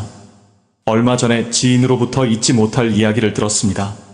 서울의 어느 유치원에서 아이들을 숲속에 데려가 자연과 호흡하게 했는데 아이들이 살랑거리는 바람 속에서 흙냄새를 맡고 나뭇가지에 숨어있는 작은 벌레들과 대화하며 그렇게 좋아하더랍니다. 그런데 한 어머니가 달려와 원장에게 이런 말을 했답니다. 아이들이 숲속을 걸으면서 영어 단어 하나라도 더 외우게 하면 참 좋겠네요. 다음엔 꼭 그렇게 해주세요. 살면서 가장 중요한 일은 따로 있습니다. 직업에 귀천이 없다는 말을 자주 합니다. 그런데 우리나라 소방관들의 삶을 조금 들여다보면 이 말이 틀렸다는 걸 알게 됩니다. 지난 여름 알래스카에서 강의를 갔다가 운 좋게도 캡틴이라 불리는 소방관 팀장님 집에 머무르게 되었습니다. 미국에서 인기 있는 직업 1위가 소방관이라는데 실례지만 소방관 초봉이 얼마나 되는지 궁금해서 물었더니 대답은 이랬습니다. 소방관이 되기 위한 18개월 훈련 기간에는 연봉 4천만 원 정도이고 훈련을 마치고 정식 소방관이 되면 6,500만 원을 받습니다. 우리나라 소방관은 기본 훈련을 받고 정식으로 임명된 후 받는 첫 월급이 140만 원 정도입니다. 조금 경력이 쌓여도 연봉이 3천만 원 내외밖에 안 되는데 국민의 생명과 재산을 보호하는 일에 온몸을 던지며 자신을 희생하는 분들에 대한 대우치고는 너무 부족하다는 생각이 듭니다. 허구한 날 쌈박질만 일삼는 국회의원들 연봉을 생각하면 속이 부글부글 끓습니다. 사회 지도층 인사들이 만들어내는 온갖 저급하고 비열한 뉴스를 볼 때마다 왜 우리나라에는 유독 그런 사람이 많을까 생각해 봅니다. 멀리서 그 이유를 찾을 것도 없습니다. 남들과 경쟁해서 더 높은 자리에 올라가야 행복하다고 믿고 인간다운 따뜻한 품성을 쌓는 일에는 게을리했기 때문입니다. 황창현 신부님의 삶 껴안기 도서 내용 중 에피소드 3개를 읽어드렸는데요. 황창현 신부님은 행복한 노후를 위해선 나 자신부터 껴안아야 된다고 말씀하십니다. 또 나중이 아닌 지금을 사셔야 됩니다. 남과 비교하지 말고 현재의 자신을 인정하는 것이 행복에 다가가는 첫걸음입니다. 노후의 행복한 삶을 살아가기 위한 조건들에 대해서 파악하시고 제대로 실천하시게 된다면 나름대로 행복고 즐거운 노후를 보낼 수 있게 됩니다. 가장 중요한 것은 아무래도 건강을 꾸준히 유지하시는 것이 중요할 것입니다. 건강을 잃게 되면 병원 신세를 져야 할 것이고 그냥 먹고 노는 것보다 돈도 더 사용해야 하고 주위의 사람들도 점점 더 잃게 되는 것이 병원 생활을 오래 하게 되면 나타나는 현상입니다. 열심히 건강을 지켜주시는 게 무엇보다 가장 중요한 것이며 나머지는 부분들의 경우에는 열심히 노력하시면서 지속적으로 생활하는 것이 중요합니다. 다음으로 노후 행복한 삶을 위한 조건들에 대해서 알아보겠습니다. 먼저 첫 번째, 건강한 노후 생활입니다. 건강이 가장 중요하다는 거 모르는 사람은 아마 없을 텐데요. 젊은 시절부터 미리 건강 관리를 꾸준히 해주시면서 노후에도 지속적으로 관리해 주셔야 합니다. 기본적으로 건강검진 및 꾸준한 운동을 해주셔야 됩니다. 운동을 통해 근력과 폐활량도 키워주시고 다양한 분들과 친분도 쌓아가시는 것도 노후 생활에 상당한 즐거움을 줄 수 있을 것입니다. 두 번째, 배우자와의 관계. 나이 들수록 주변인 중 가장 중요한 존재는 아무래도 배우자입니다. 남자는 나이가 들면서 특히나 배우자의 존재가 점점 더 커져가면서 의지가 됩니다. 여성분들의 경우도 마찬가지로 배우자의 존재가 상당히 많이 차지하게 됩니다. 나이가 많아지면서 외로움이 더 커지게 될 수 있는데 이때 배우자의 존재가 외로움과 고독감을 이기는데 상당히 중요한 역할을 하게 됩니다. 나이 들면 필요한 부분이 말상되이며 자신의 상황을 이해해주는 사람이 필요한데 서로에게 배우자의 존재는 상당히 큰 역할을 하게 됩니다. 세 번째, 친구와의 관계. 젊은 시절에도 그렇고 노후에도 좋은 친구라는 존재는 상당한 위안을 주는 사람들입니다. 항상 관계를 좋게 유지하고 어려울 때 서로 이야기를 들어주는, 또한 막걸리 한 잔을 마실 수 있는 관계를 꾸준히 유지하시는 것이 중요합니다. 노후에는 시간이 많이 남기 때문에 친구와 취미 생활을 함께 하는 것도 좋고 등산을 함께 다니시는 것도 좋은 방법입니다. 일주일에 한두 번 정도 만나서 좋은 관계를 유지하시는 것은 노후의 생활을 상당히 좋게 보낼 수 있는 방법이라고 할 수 있습니다. 네 번째, 할 수 있는 일. 노후에 아무 일도 하지 않으시고 그냥 가만히 있는다는 것은 건강에도 상당한 위협이 될 수 있습니다. 할 수 있는 일을 찾아서 열심히 해야 합니다. 업무, 일을 가지는 것은 노후를 활기차게 보낼 수 있는 좋은 방법입니다. 일을 하고 어느 정도의 돈을 벌 수 있는 일이면 더욱 좋습니다. 하지만 단지 일이라는 것만으로도 좋습니다. 하루 종일 의무감을 가지지 못하고 아무 일도 하지 않는다면 삶이 무료합니다. 봉사의 성격을 띤 일이라면 더욱 좋을 것 같습니다. 노후에 일을 한다는 것은 상당히 좋은 일이며 삶의 활력을 가질 수 있습니다. 성공한 사람들을 보면 크게 두 부류로 나뉘는 걸 알 수 있습니다. 하나는 자신이 성공했다고 여기저기 떠벌리고 다니는 사람들, 그리고 또 하나는 조용히 아무 말 없이 자기 삶을 사는 사람들입니다. 우리는 흔히 성공을 하면 자연스럽게 자랑하고 싶어질 거라고 생각하죠. 좋은 차를 사고 비싼 시계를 차고 SNS에 멋진 사진을 올리고 싶을 겁니다. 왜냐하면 그렇게 하면 남들이 나를 더 인정해 줄 거라고 믿으니까요. 하지만 현실은 그렇지 않습니다. 오히려 진짜 성공한 사람들은 그렇게 행동하지 않습니다. 왜냐하면 보여줄 필요가 없기 때문입니다. 돈이 많다고 높은 자리에 있다고 유명하다고 해서 굳이 그걸 드러낼 필요는 없습니다. 그걸 아는 사람들은 이미 알고 있고 모르는 사람들은 알 필요가 없죠. 그런데도 굳이나 성공했다고 떠드는 사람들이 있습니다. 그런 사람들은 왜 그럴까요? 간단합니다. 그 사람들은 사실 그렇게까지 성공한 게 아니기 때문입니다. 우리는 종종 SNS에서 성공한 사람들을 봅니다. 해외여행을 가고 고급 레스토랑에서 밥을 먹고 멋진 차를 타고 다니는 모습? 그런데 가만히 보면 그런 걸 보여주는 사람들은 언제나 뭔가를 팔고 있습니다. 강의를 팔든 자기 브랜드를 홍보하든 아니면 단순히 자기 자존감을 유지하려고 하든 간에 결국 목적이 있는 거죠. 진짜 부자들은 그렇게 하지 않습니다. 오히려 조용히 아무도 모르게 자기 일을 합니다. 왜냐하면 자랑해서 얻을 게 없기 때문입니다. 오히려 괜히 잘난 척했다가 사람들에게 이용당하거나 시기와 질투를 받거나 쓸데없는 오해를 사는 게 더 피곤합니다. 이건 단순한 돈 이야기가 아닙니다. 사회적인 성공을 이룬 사람들도 마찬가지입니다. 진짜 실력 있는 사람들은 자기 실력을 굳이 떠벌리지 않습니다. 왜냐하면 그럴 필요가 없으니까요. 자기 분야에서 최고라면 사람들이 먼저 알아서 찾아옵니다. 반대로 실력이 부족한 사람일수록 자기를 포장하려고 애씁니다. 우리가 흔히 듣는 말이 있죠. 빈수레가 요란하다. 이 말이 괜히 있는 게 아닙니다. 정말 내실이 있는 사람들은 굳이 시끄럽게 굴지 않습니다. 반대로 겉만 번지르르한 사람들은 자기가 얼마나 대단한지 떠들고 다닙니다. 이걸 좀 더 현실적인 예로 들어볼까요? 동창회에 나가면 꼭 이런 사람이 있습니다. 옛날에는 별거 아니었는데 갑자기 잘 됐다고 나타나서 자기가 얼마나 성공했는지 자랑하는 사람. 처음에는 다들 와 대단하다 하고 들어주지만 시간이 지나면 어떨까요? 대부분 속으로 이렇게 생각할 겁니다. 저 사람 뭐 저렇게까지 티를 내? 결국 그런 사람은 점점 멀어지게 됩니다. 반면에 정말 성공한 사람들은 조용합니다. 굳이 자기가 어떻게 살고 있는지 설명하지 않죠. 그런 사람들은 오히려 주변에서 먼저 알아보고 자연스럽게 존경을 받습니다. 그게 진짜 성공입니다. 그럼 우리는 어떻게 해야 할까요? 내가 뭔가를 이루었을 때 굳이 남들에게 알릴 필요가 있을까요? 물론 가까운 사람들에게 좋은 소식을 전하는 건 좋습니다. 하지만 굳이 모든 사람들에게 나 이렇게 잘 살고 있어요 하고 알릴 필요는 없습니다. 그런 행동은 결국 나에게 득이 되지 않습니다. 성공이라는 건 원래 조용한 겁니다. 내가 잘 되고 있으면 주변 사람들이 자연스럽게 알게 됩니다. 굳이 내가 말하지 않아도 내 행동과 태도에서 묻어나오게 되어 있습니다. 그러니 굳이 보여주려고 애쓰지 마세요. 오히려 그게 더 진짜 성공한 사람의 태도입니다. 사람은 사회적 동물이라고 하잖아요. 혼자 살아갈 수 없고 결국 사람과의 관계 속에서 기쁨도 얻고 때로는 상처도 받습니다. 그런데 한 가지 생각해 볼 게 있어요. 우리가 정말 인간관계가 필요해서 맺고 있는 걸까요?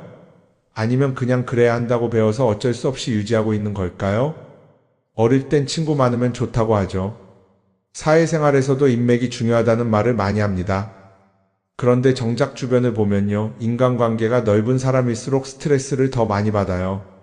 전화벨이 울릴 때마다 이번엔 또 무슨 부탁일까 싶고, 단체 채팅방에서 메시지가 올 때마다 이걸 또 어떻게 대답해야 하나 고민하죠. 관계가 많아질수록 책임과 피로도 함께 늘어나는 겁니다. 어떤 사람들은 인간관계를 줄이면 외롭지 않겠냐고 해요. 그런데 가만히 생각해보면 진짜 외로움을 느끼는 순간이 언제인지 아세요? 오히려 불필요한 인간관계 속에 있을 때입니다. 같이 밥을 먹고 얘기를 나누는데도 뭔가 허전하고 대화가 컥 돌고 속마음을 나누지도 못할 때, 그럴 때 우리가 더 외롭다고 느끼죠. 그렇다고 당장 인간관계를 다 끊어버릴 순 없겠죠.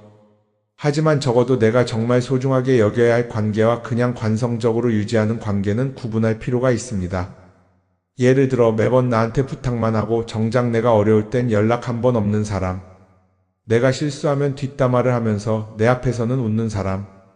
이런 관계를 굳이 계속 이어갈 이유가 있을까요? 가끔은 이런 경험도 있을 거예요. 우연히 어떤 사람과 친해졌는데 만난 지 얼마 되지도 않았는데 너무 많은 걸 털어놓는 사람들 있죠. 자기 속사정부터 가족 문제, 직장 고민까지 쏟아내는 사람들. 이런 경우 두 가지의 가능성이 큽니다. 하나는 그냥 감정적으로 의존할 사람이 필요해서일 수도 있고, 또 하나는 내가 믿을 만한 사람인지 떠보는 걸 수도 있어요. 어떤 경우든 이런 관계는 오래가기 어렵습니다. 사실 친밀함이라는 건 시간이 필요한 법이에요. 적당한 거리를 두고 천천히 서로를 알아가야 하는데, 초반부터 급격하게 가까워진 관계는 쉽게 무너지는 경우가 많습니다. 처음엔 친하다고 생각했는데 어느 순간 사소한 일로 틀어지고 결국 남보다 못한 사이가 되는 거죠. 그러면 인간관계를 어떻게 해야 할까요? 답은 간단합니다. 억지로 맺지 말고 굳이 유지하려고도 하지 않는 거예요. 내가 편한 관계라면 자연스럽게 이어질 것이고, 그렇지 않다면 서서히 멀어질 겁니다. 그리고 그걸 억지로 붙잡지 않아도 괜찮습니다. 관계를 유지하는데 에너지를 쓰기보다는 정말 소중한 관계에 집중하는 게 더 낫지 않을까요? 어떤 사람은 내가 인간관계를 줄이면 나중에 나 혼자 남는 거 아니냐 걱정하기도 해요.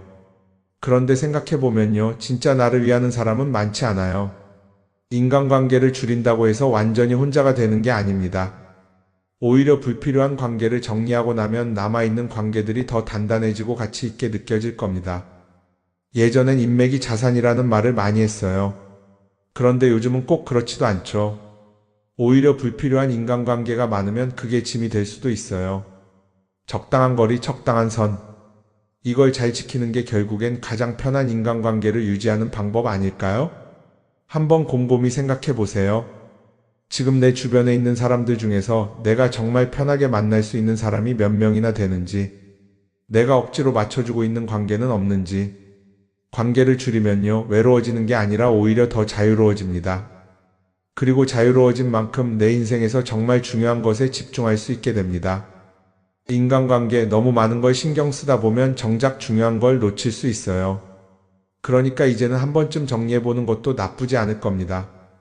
사람들이 돈을 많이 벌고 싶어 하는 이유가 뭘까요? 단순히 돈이 많으면 좋으니까? 물론 그것도 있겠지만 사실 돈을 원하는 진짜 이유는 더 나은 삶을 살기 위해서겠죠. 그런데 문제는 돈을 많이 번다고 해서 반드시 삶이 나아지는 건 아니라는 겁니다. 오히려 더 많이 벌수록 더 많이 쓰게 되는 경우가 많아요. 가끔 이런 생각해 본 적 없으세요? 예전에는 돈이 지금보다 훨씬 적었는데 이상하게 그때가 더 여유로웠던 것 같다. 왜 그럴까요? 사실 우리가 원하는 건 돈 그 자체가 아니라 돈을 통해 얻을 수 있는 자유인데, 돈을 벌면 벌수록 그 자유를 잃어버리는 경우가 많아요. 더 좋은 차, 더 좋은 집, 더 좋은 옷을 사면서 점점 더 많은 돈이 필요해지고 결국엔 돈을 벌기 위해 또다시 일해야 하는 악순환에 빠지게 되는 거죠. 한번 생각해 봅시다. 우리가 정말 필요해서 뭔가를 사는 경우가 얼마나 될까요? 필요해서라기보다는 남들이 가지고 있으니까, 없어 보이기 싫으니까, 혹은 그냥 기분 전환을 위해서 소비하는 경우가 훨씬 많아요. 그리고 그런 소비를 할 때마다 스스로 이렇게 합리화를 하죠. 이 정도는 나를 위한 투자야. 그런데 가만히 보면 그 소비가 진짜 나를 위한 소비인지 아니면 그냥 사회가 만든 기준에 끌려가고 있는 건지 헷갈릴 때가 많습니다. 예를 들어 예전에는 스마트폰 하나면 충분했는데 이제는 스마트워치도 있어야 하고 무선 이어폰도 필요하고 태블릿도 있어야 할 것 같고 하나를 사면 또 다른 무언가가 필요해지는 시기예요. 사실 이건 우리가 그렇게 만들어진 겁니다. 광고도 그렇고 SNS도 그렇고 자꾸 우리에게 이렇게 말하죠. 이걸 사야 더 행복해질 수 있어요. 그런데 정작 그걸 사고 나면 어때요? 처음 며칠은 좋죠. 그런데 시간이 지나면 또 다른 걸 사고 싶어져요. 왜냐하면 물건이 우리를 오래 행복하게 만들어주지는 않거든요. 특히 요즘은 SNS가 이런 소비 심리를 더 부추기는 것 같아요. 예전에는 친구들끼리 만나서 나 새로 샀어 하고 자랑하는 게 전부였는데 이제는 SNS에 올리면서 전 세계 사람들에게 보여주잖아요. 그러다 보니까 남들도 다 뭔가를 사서 올리고 나도 따라해야 할 것 같은 기분이 드는 거예요. 그런데 중요한 건 그 사람들도 사실은 나와 똑같은 기분이라는 겁니다. 내가 남을 부러워하는 만큼 나도 누군가에게 부러움을 사려고 애쓰고 있는 거죠. 결국 끝없는 비교와 소비 속에서 진짜 중요한 걸 놓치게 되는 겁니다. 한번 이렇게 생각해보면 어떨까요? 만약 내가 지금부터 딱 1년 동안 불필요한 소비를 하지 않는다면 내 삶이 어떻게 변할까? 아마 처음에는 답답할 수도 있어요. 사고 싶었던 걸 참아야 하니까. 그런데 그걸 몇 번 참고 나면 어느 순간 깨닫게 될 겁니다. 내가 굳이 이걸 안 사도 괜찮네? 그렇게 불필요한 소비가 줄어들면 자연스럽게 돈이 쌓이겠죠. 그런데 돈이 쌓이는 것보다 더 중요한 게 있어요. 바로 마음의 여유가 생긴다는 겁니다. 돈을 쓰지 않는다고 해서 불행해지는 게 아니라 오히려 소비로부터 자유로워지면서 진짜 행복을 찾을 수 있어요. 물론 이걸 실천하는 게 쉽지는 않겠죠. 우리 주변에는 소비를 부추기는 것들이 너무 많으니까요. 하지만 적어도 이런 건 해볼 수 있습니다. 뭔가를 사고 싶을 때 한 번만 스스로에게 물어보는 거예요. 이게 정말 나한테 필요한 걸까? 아니면 그냥 순간적인 욕심일까? 만약 그 질문을 던졌을 때 5초 안에 당연히 필요하지 라는 답이 나오지 않는다면 사실 그건 없어도 되는 물건일 가능성이 큽니다. 정말 필요한 건 고민할 필요도 없이 바로 떠오르거든요. 그러니까 이제는 한 번쯤 생각해 봐야 할 것 같아요. 나는 지금 내가 원하는 삶을 살고 있는 걸까? 아니면 남들이 만든 기준에 맞추기 위해 내 시간을 팔고 있는 걸까?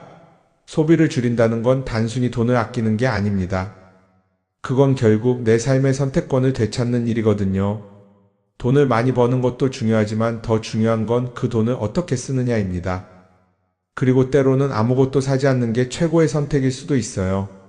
우리는 요즘 SNS 없이 사는 게 거의 불가능한 시대에 살고 있죠. 아침에 눈 뜨자마자 휴대폰을 확인하고 출근길에도 SNS를 보고 잠들기 전까지도 계속 들여다봅니다. 그러면서 남들이 어떻게 사는지 보고 나도 모르게 비교하게 되고 때로는 초조해지기도 하죠. SNS에 올라오는 사진들 한번 보세요. 맛집에서 멋진 음식을 먹고 해외여행을 다니고 좋은 옷을 입고 성공한 삶을 사는 사람들. 그런데 가만히 보면 이 사람들이 정말 행복해서 저런 사진을 올리는 걸까요? 아니면 그냥 행복해 보이고 싶은 걸까요? 실제로 SNS에 가장 많이 올라오는 사진이 뭔지 아세요? 남들이 부러워할 만한 순간들입니다. 집에서 편하게 쉬고 있는 모습이나 출근길에 지친 얼굴, 어제 먹다 남은 배달음식 사진 같은 건 잘 안 올리죠. 대신 멋진 레스토랑, 명품 가방, 고급 호텔 같은 것들이 올라옵니다. 왜 그럴까요? 결국 SNS는 보여주기 위한 공간이기 때문입니다. 여기서 중요한 게 있어요. 우리가 SNS에서 보는 건 그 사람의 삶 전체가 아니라 편집된 일부 장면이라는 겁니다. SNS는 마치 한 편의 다큐멘터리나 영화처럼 잘 꾸며진 장면들만 보여줍니다. 그런데도 우리는 그걸 보면서 아, 저 사람은 나보다 더 행복하구나 하고 착각하죠. 예를 들어 SNS에서 한 친구가 해외여행을 가서 아름다운 풍경을 찍어 올렸다고 해볼게요. 우리는 그걸 보면서 부럽다, 나도 저렇게 살고 싶다라고 생각하겠죠. 그런데 정작 그 친구는 사진을 찍고 나서도 일 때문에 스트레스를 받고 있을 수도 있고 여행 비용을 감당하느라 카드가 걱정을 하고 있을 수도 있습니다. 그 부분은 우리는 알 수가 없죠. 그런데 문제는 이렇게 남들과 비교하는 습관이 쌓이면 결국 내 삶이 초라하게 느껴진다는 겁니다. 원래는 그냥 조용히 살아도 괜찮았는데 SNS를 보고 나면 나만 뒤처지는 것 같고 뭔가를 더 해야 할 것 같고 괜히 불안해지죠. SNS는 기본적으로 사람들의 비교 심리를 자극합니다. 남들이 가진 걸 나도 갖고 싶게 만들고 남들이 하는 걸 나도 해야 할 것 같은 기분이 들게 만들죠. 그러다 보니 필요하지도 않은 걸 사게 되고 무리해서라도 화려한 곳에 가게 되고 남들에게 보여주기 위해 사는 삶을 살게 됩니다. 그럼 어떻게 해야 할까요? 사실 정답은 간단합니다. SNS에서 보이는 것들을 곧이곧대로 믿지 않는 것입니다. 그리고 더 중요한 건 남과 비교하는 걸 멈추는 것이에요. 어떤 사람이 비싼 차를 타고 다닌다고 해서 그 사람이 꼭 행복한 건 아닙니다. 좋은 차를 타고 다니지만 밤마다 사업 걱정에 잠 못 이루는 사람도 많아요. 반대로 대중교통을 이용하지만 마음 편하게 사는 사람도 있죠. 결국 행복은 보이는 것이 아니라 느끼는 것입니다. SNS를 덜 보면 덜 불행해진다는 연구 결과도 있어요. 하루 종일 남의 삶을 보면서 비교하는 시간을 줄이면 내 삶에 집중할 수 있는 시간이 많아지는 겁니다. SNS를 완전히 끊을 필요는 없지만 최소한 그 안에 있는 것들이 전부 진짜라고 생각하지 않는 태도는 필요합니다. 우리는 누구나 자신만의 속도로 살아가고 있어요. 남들은 남들대로 사는 거고 나는 나대로 살면 됩니다. SNS에서 남들의 화려한 모습을 볼 때마다 한 번쯤 이렇게 생각해 보세요. 이건 그 사람이 보여주고 싶은 삶일 뿐이다. 그러면 조금은 편해질 겁니다. 사람들은 다들 자기 인생을 살아간다고 생각하죠. 그런데 가만 보면 정말 자기 인생을 사는 사람이 얼마나 될까요? 많은 사람들이 사실은 남이 만들어 놓은 기준에 맞춰서 살고 있어요. 좋은 대학, 좋은 직장, 좋은 차, 좋은 집. 다들 이런 걸 목표로 삼지만 정작 내가 원하는 삶이 뭔지 깊이 생각해 본 적이 없는 경우가 많아요. 이건 어릴 때부터 교육받아온 방식과도 관련이 있어요. 우리는 어릴 때부터 이렇게 살아야 한다는 틀 안에서 자라죠.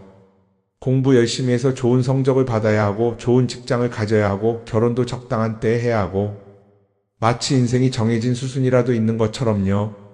그러다 보니 나 스스로 정말 원하는 걸 고민하기보다는 그냥 남들이 정해놓은 목표를 따라가게 돼요. 그런데 이렇게 남의 기준에 맞춰서 살다 보면 어느 순간 공허함을 느끼게 됩니다. 이게 정말 내가 원했던 삶인가? 하는 의문이 들 때가 오죠. 어릴 땐 성적이 목표였고 사회에 나와서는 연봉이 목표였고 결혼하고 나서는 아이 교육이 목표였는데 그 목표를 이루고 나면 허무한 거예요. 계속 뭔가를 이루긴 했는데 정작 나는 어디에 있는지 모르겠는 거죠. 진짜 중요한 건 내가 원하는 게 뭔지를 아는 것이에요. 그런데 이게 쉽지 않죠. 오랫동안 남의 기준대로 살아왔기 때문에 막상 내가 정말 원하는 게 뭐지? 하고 물어보면 선뜻 대답하기 어려운 경우가 많아요. 하지만 이 질문을 하지 않으면 우리는 평생 남이 정한 기준 속에서 살게 됩니다. 그럼 어떻게 해야 할까요? 첫 번째로 필요한 건 내가 왜 이런 생각을 하게 됐는지 스스로 점검하는 거예요. 예를 들어 내가 비싼 차를 사고 싶다고 생각한다면 그게 정말 내 필요 때문인지 아니면 남들에게 잘 보이기 위해서인지 한번 따져봐야 해요. 만약 남들이 나를 어떻게 볼까 하는 게 더 중요하다면 그건 내 기준이 아니라 사회가 만들어 놓은 기준일 가능성이 큽니다. 두 번째는 다른 사람의 의견에 휘둘리지 않는 연습을 하는 거예요. 우리는 살아가면서 끊임없이 남들의 평가를 받죠. 그 나이에 그런 걸 시작한다고? 지금 그게 가능하겠어? 이런 말들이 우리를 흔들어 놓습니다. 그런데 그런 말에 신경 쓰다 보면 결국 아무것도 하지 못하게 돼요. 중요한 건 남들이 뭐라고 하든 내가 결정하는 거예요. 물론 남의 조언을 들을 수도 있고 참고할 수도 있죠. 하지만 최종 결정은 항상 내 몫이어야 합니다. 내가 결정하고 내가 책임지는 거. 그렇게 해야 내 삶을 온전히 내 것으로 만들 수 있어요. 세 번째는 내가 한 선택에 책임지는 자세를 가지는 거예요. 많은 사람들이 무언가를 선택하고 나서도 후회하죠. 괜히 이걸 했나? 이 선택이 잘못된 건 아닐까? 그런데 한 가지 확실한 건 후회한다고 해서 과거가 바뀌지는 않는다는 거예요. 내가 한 선택이라면 그 선택이 틀렸다고 해도 받아들이고 그 안에서 최선을 다하는 게 더 중요해요. 이렇게 말하면 그럼 실수하면 어떡하죠? 라고 걱정하는 분들도 있을 거예요. 하지만 생각해보면 우리가 실수를 두려워하는 이유도 결국 남의 시선 때문이에요. 내가 실패하면 남들이 날 어떻게 볼까? 이런 걱정이 더 크죠. 그런데 남들은 생각보다 우리한테 관심이 없어요. 우리가 성공하든 실패하든 남들은 자기 삶을 사느라 바빠요. 그러니까 내 인생의 주인은 결국 나 자신이라는 걸 명확히 할 필요가 있어요. 내 선택을 하고 그 선택에 책임지면서 남이 아니라 나에게 맞는 길을 찾는 것. 그게 진짜로 내 삶을 살아가는 방법이 아닐까요? 어쩌면 우리는 너무 오랫동안 이렇게 살아야 한다는 틀 속에 갇혀 있었는지도 모릅니다. 하지만 이제는 한 번쯤 생각해 봐야 합니다. 나는 진짜 내 삶을 살고 있는가? 그리고 만약 아니라면 지금부터라도 조금씩 바꿔보면 어떨까요?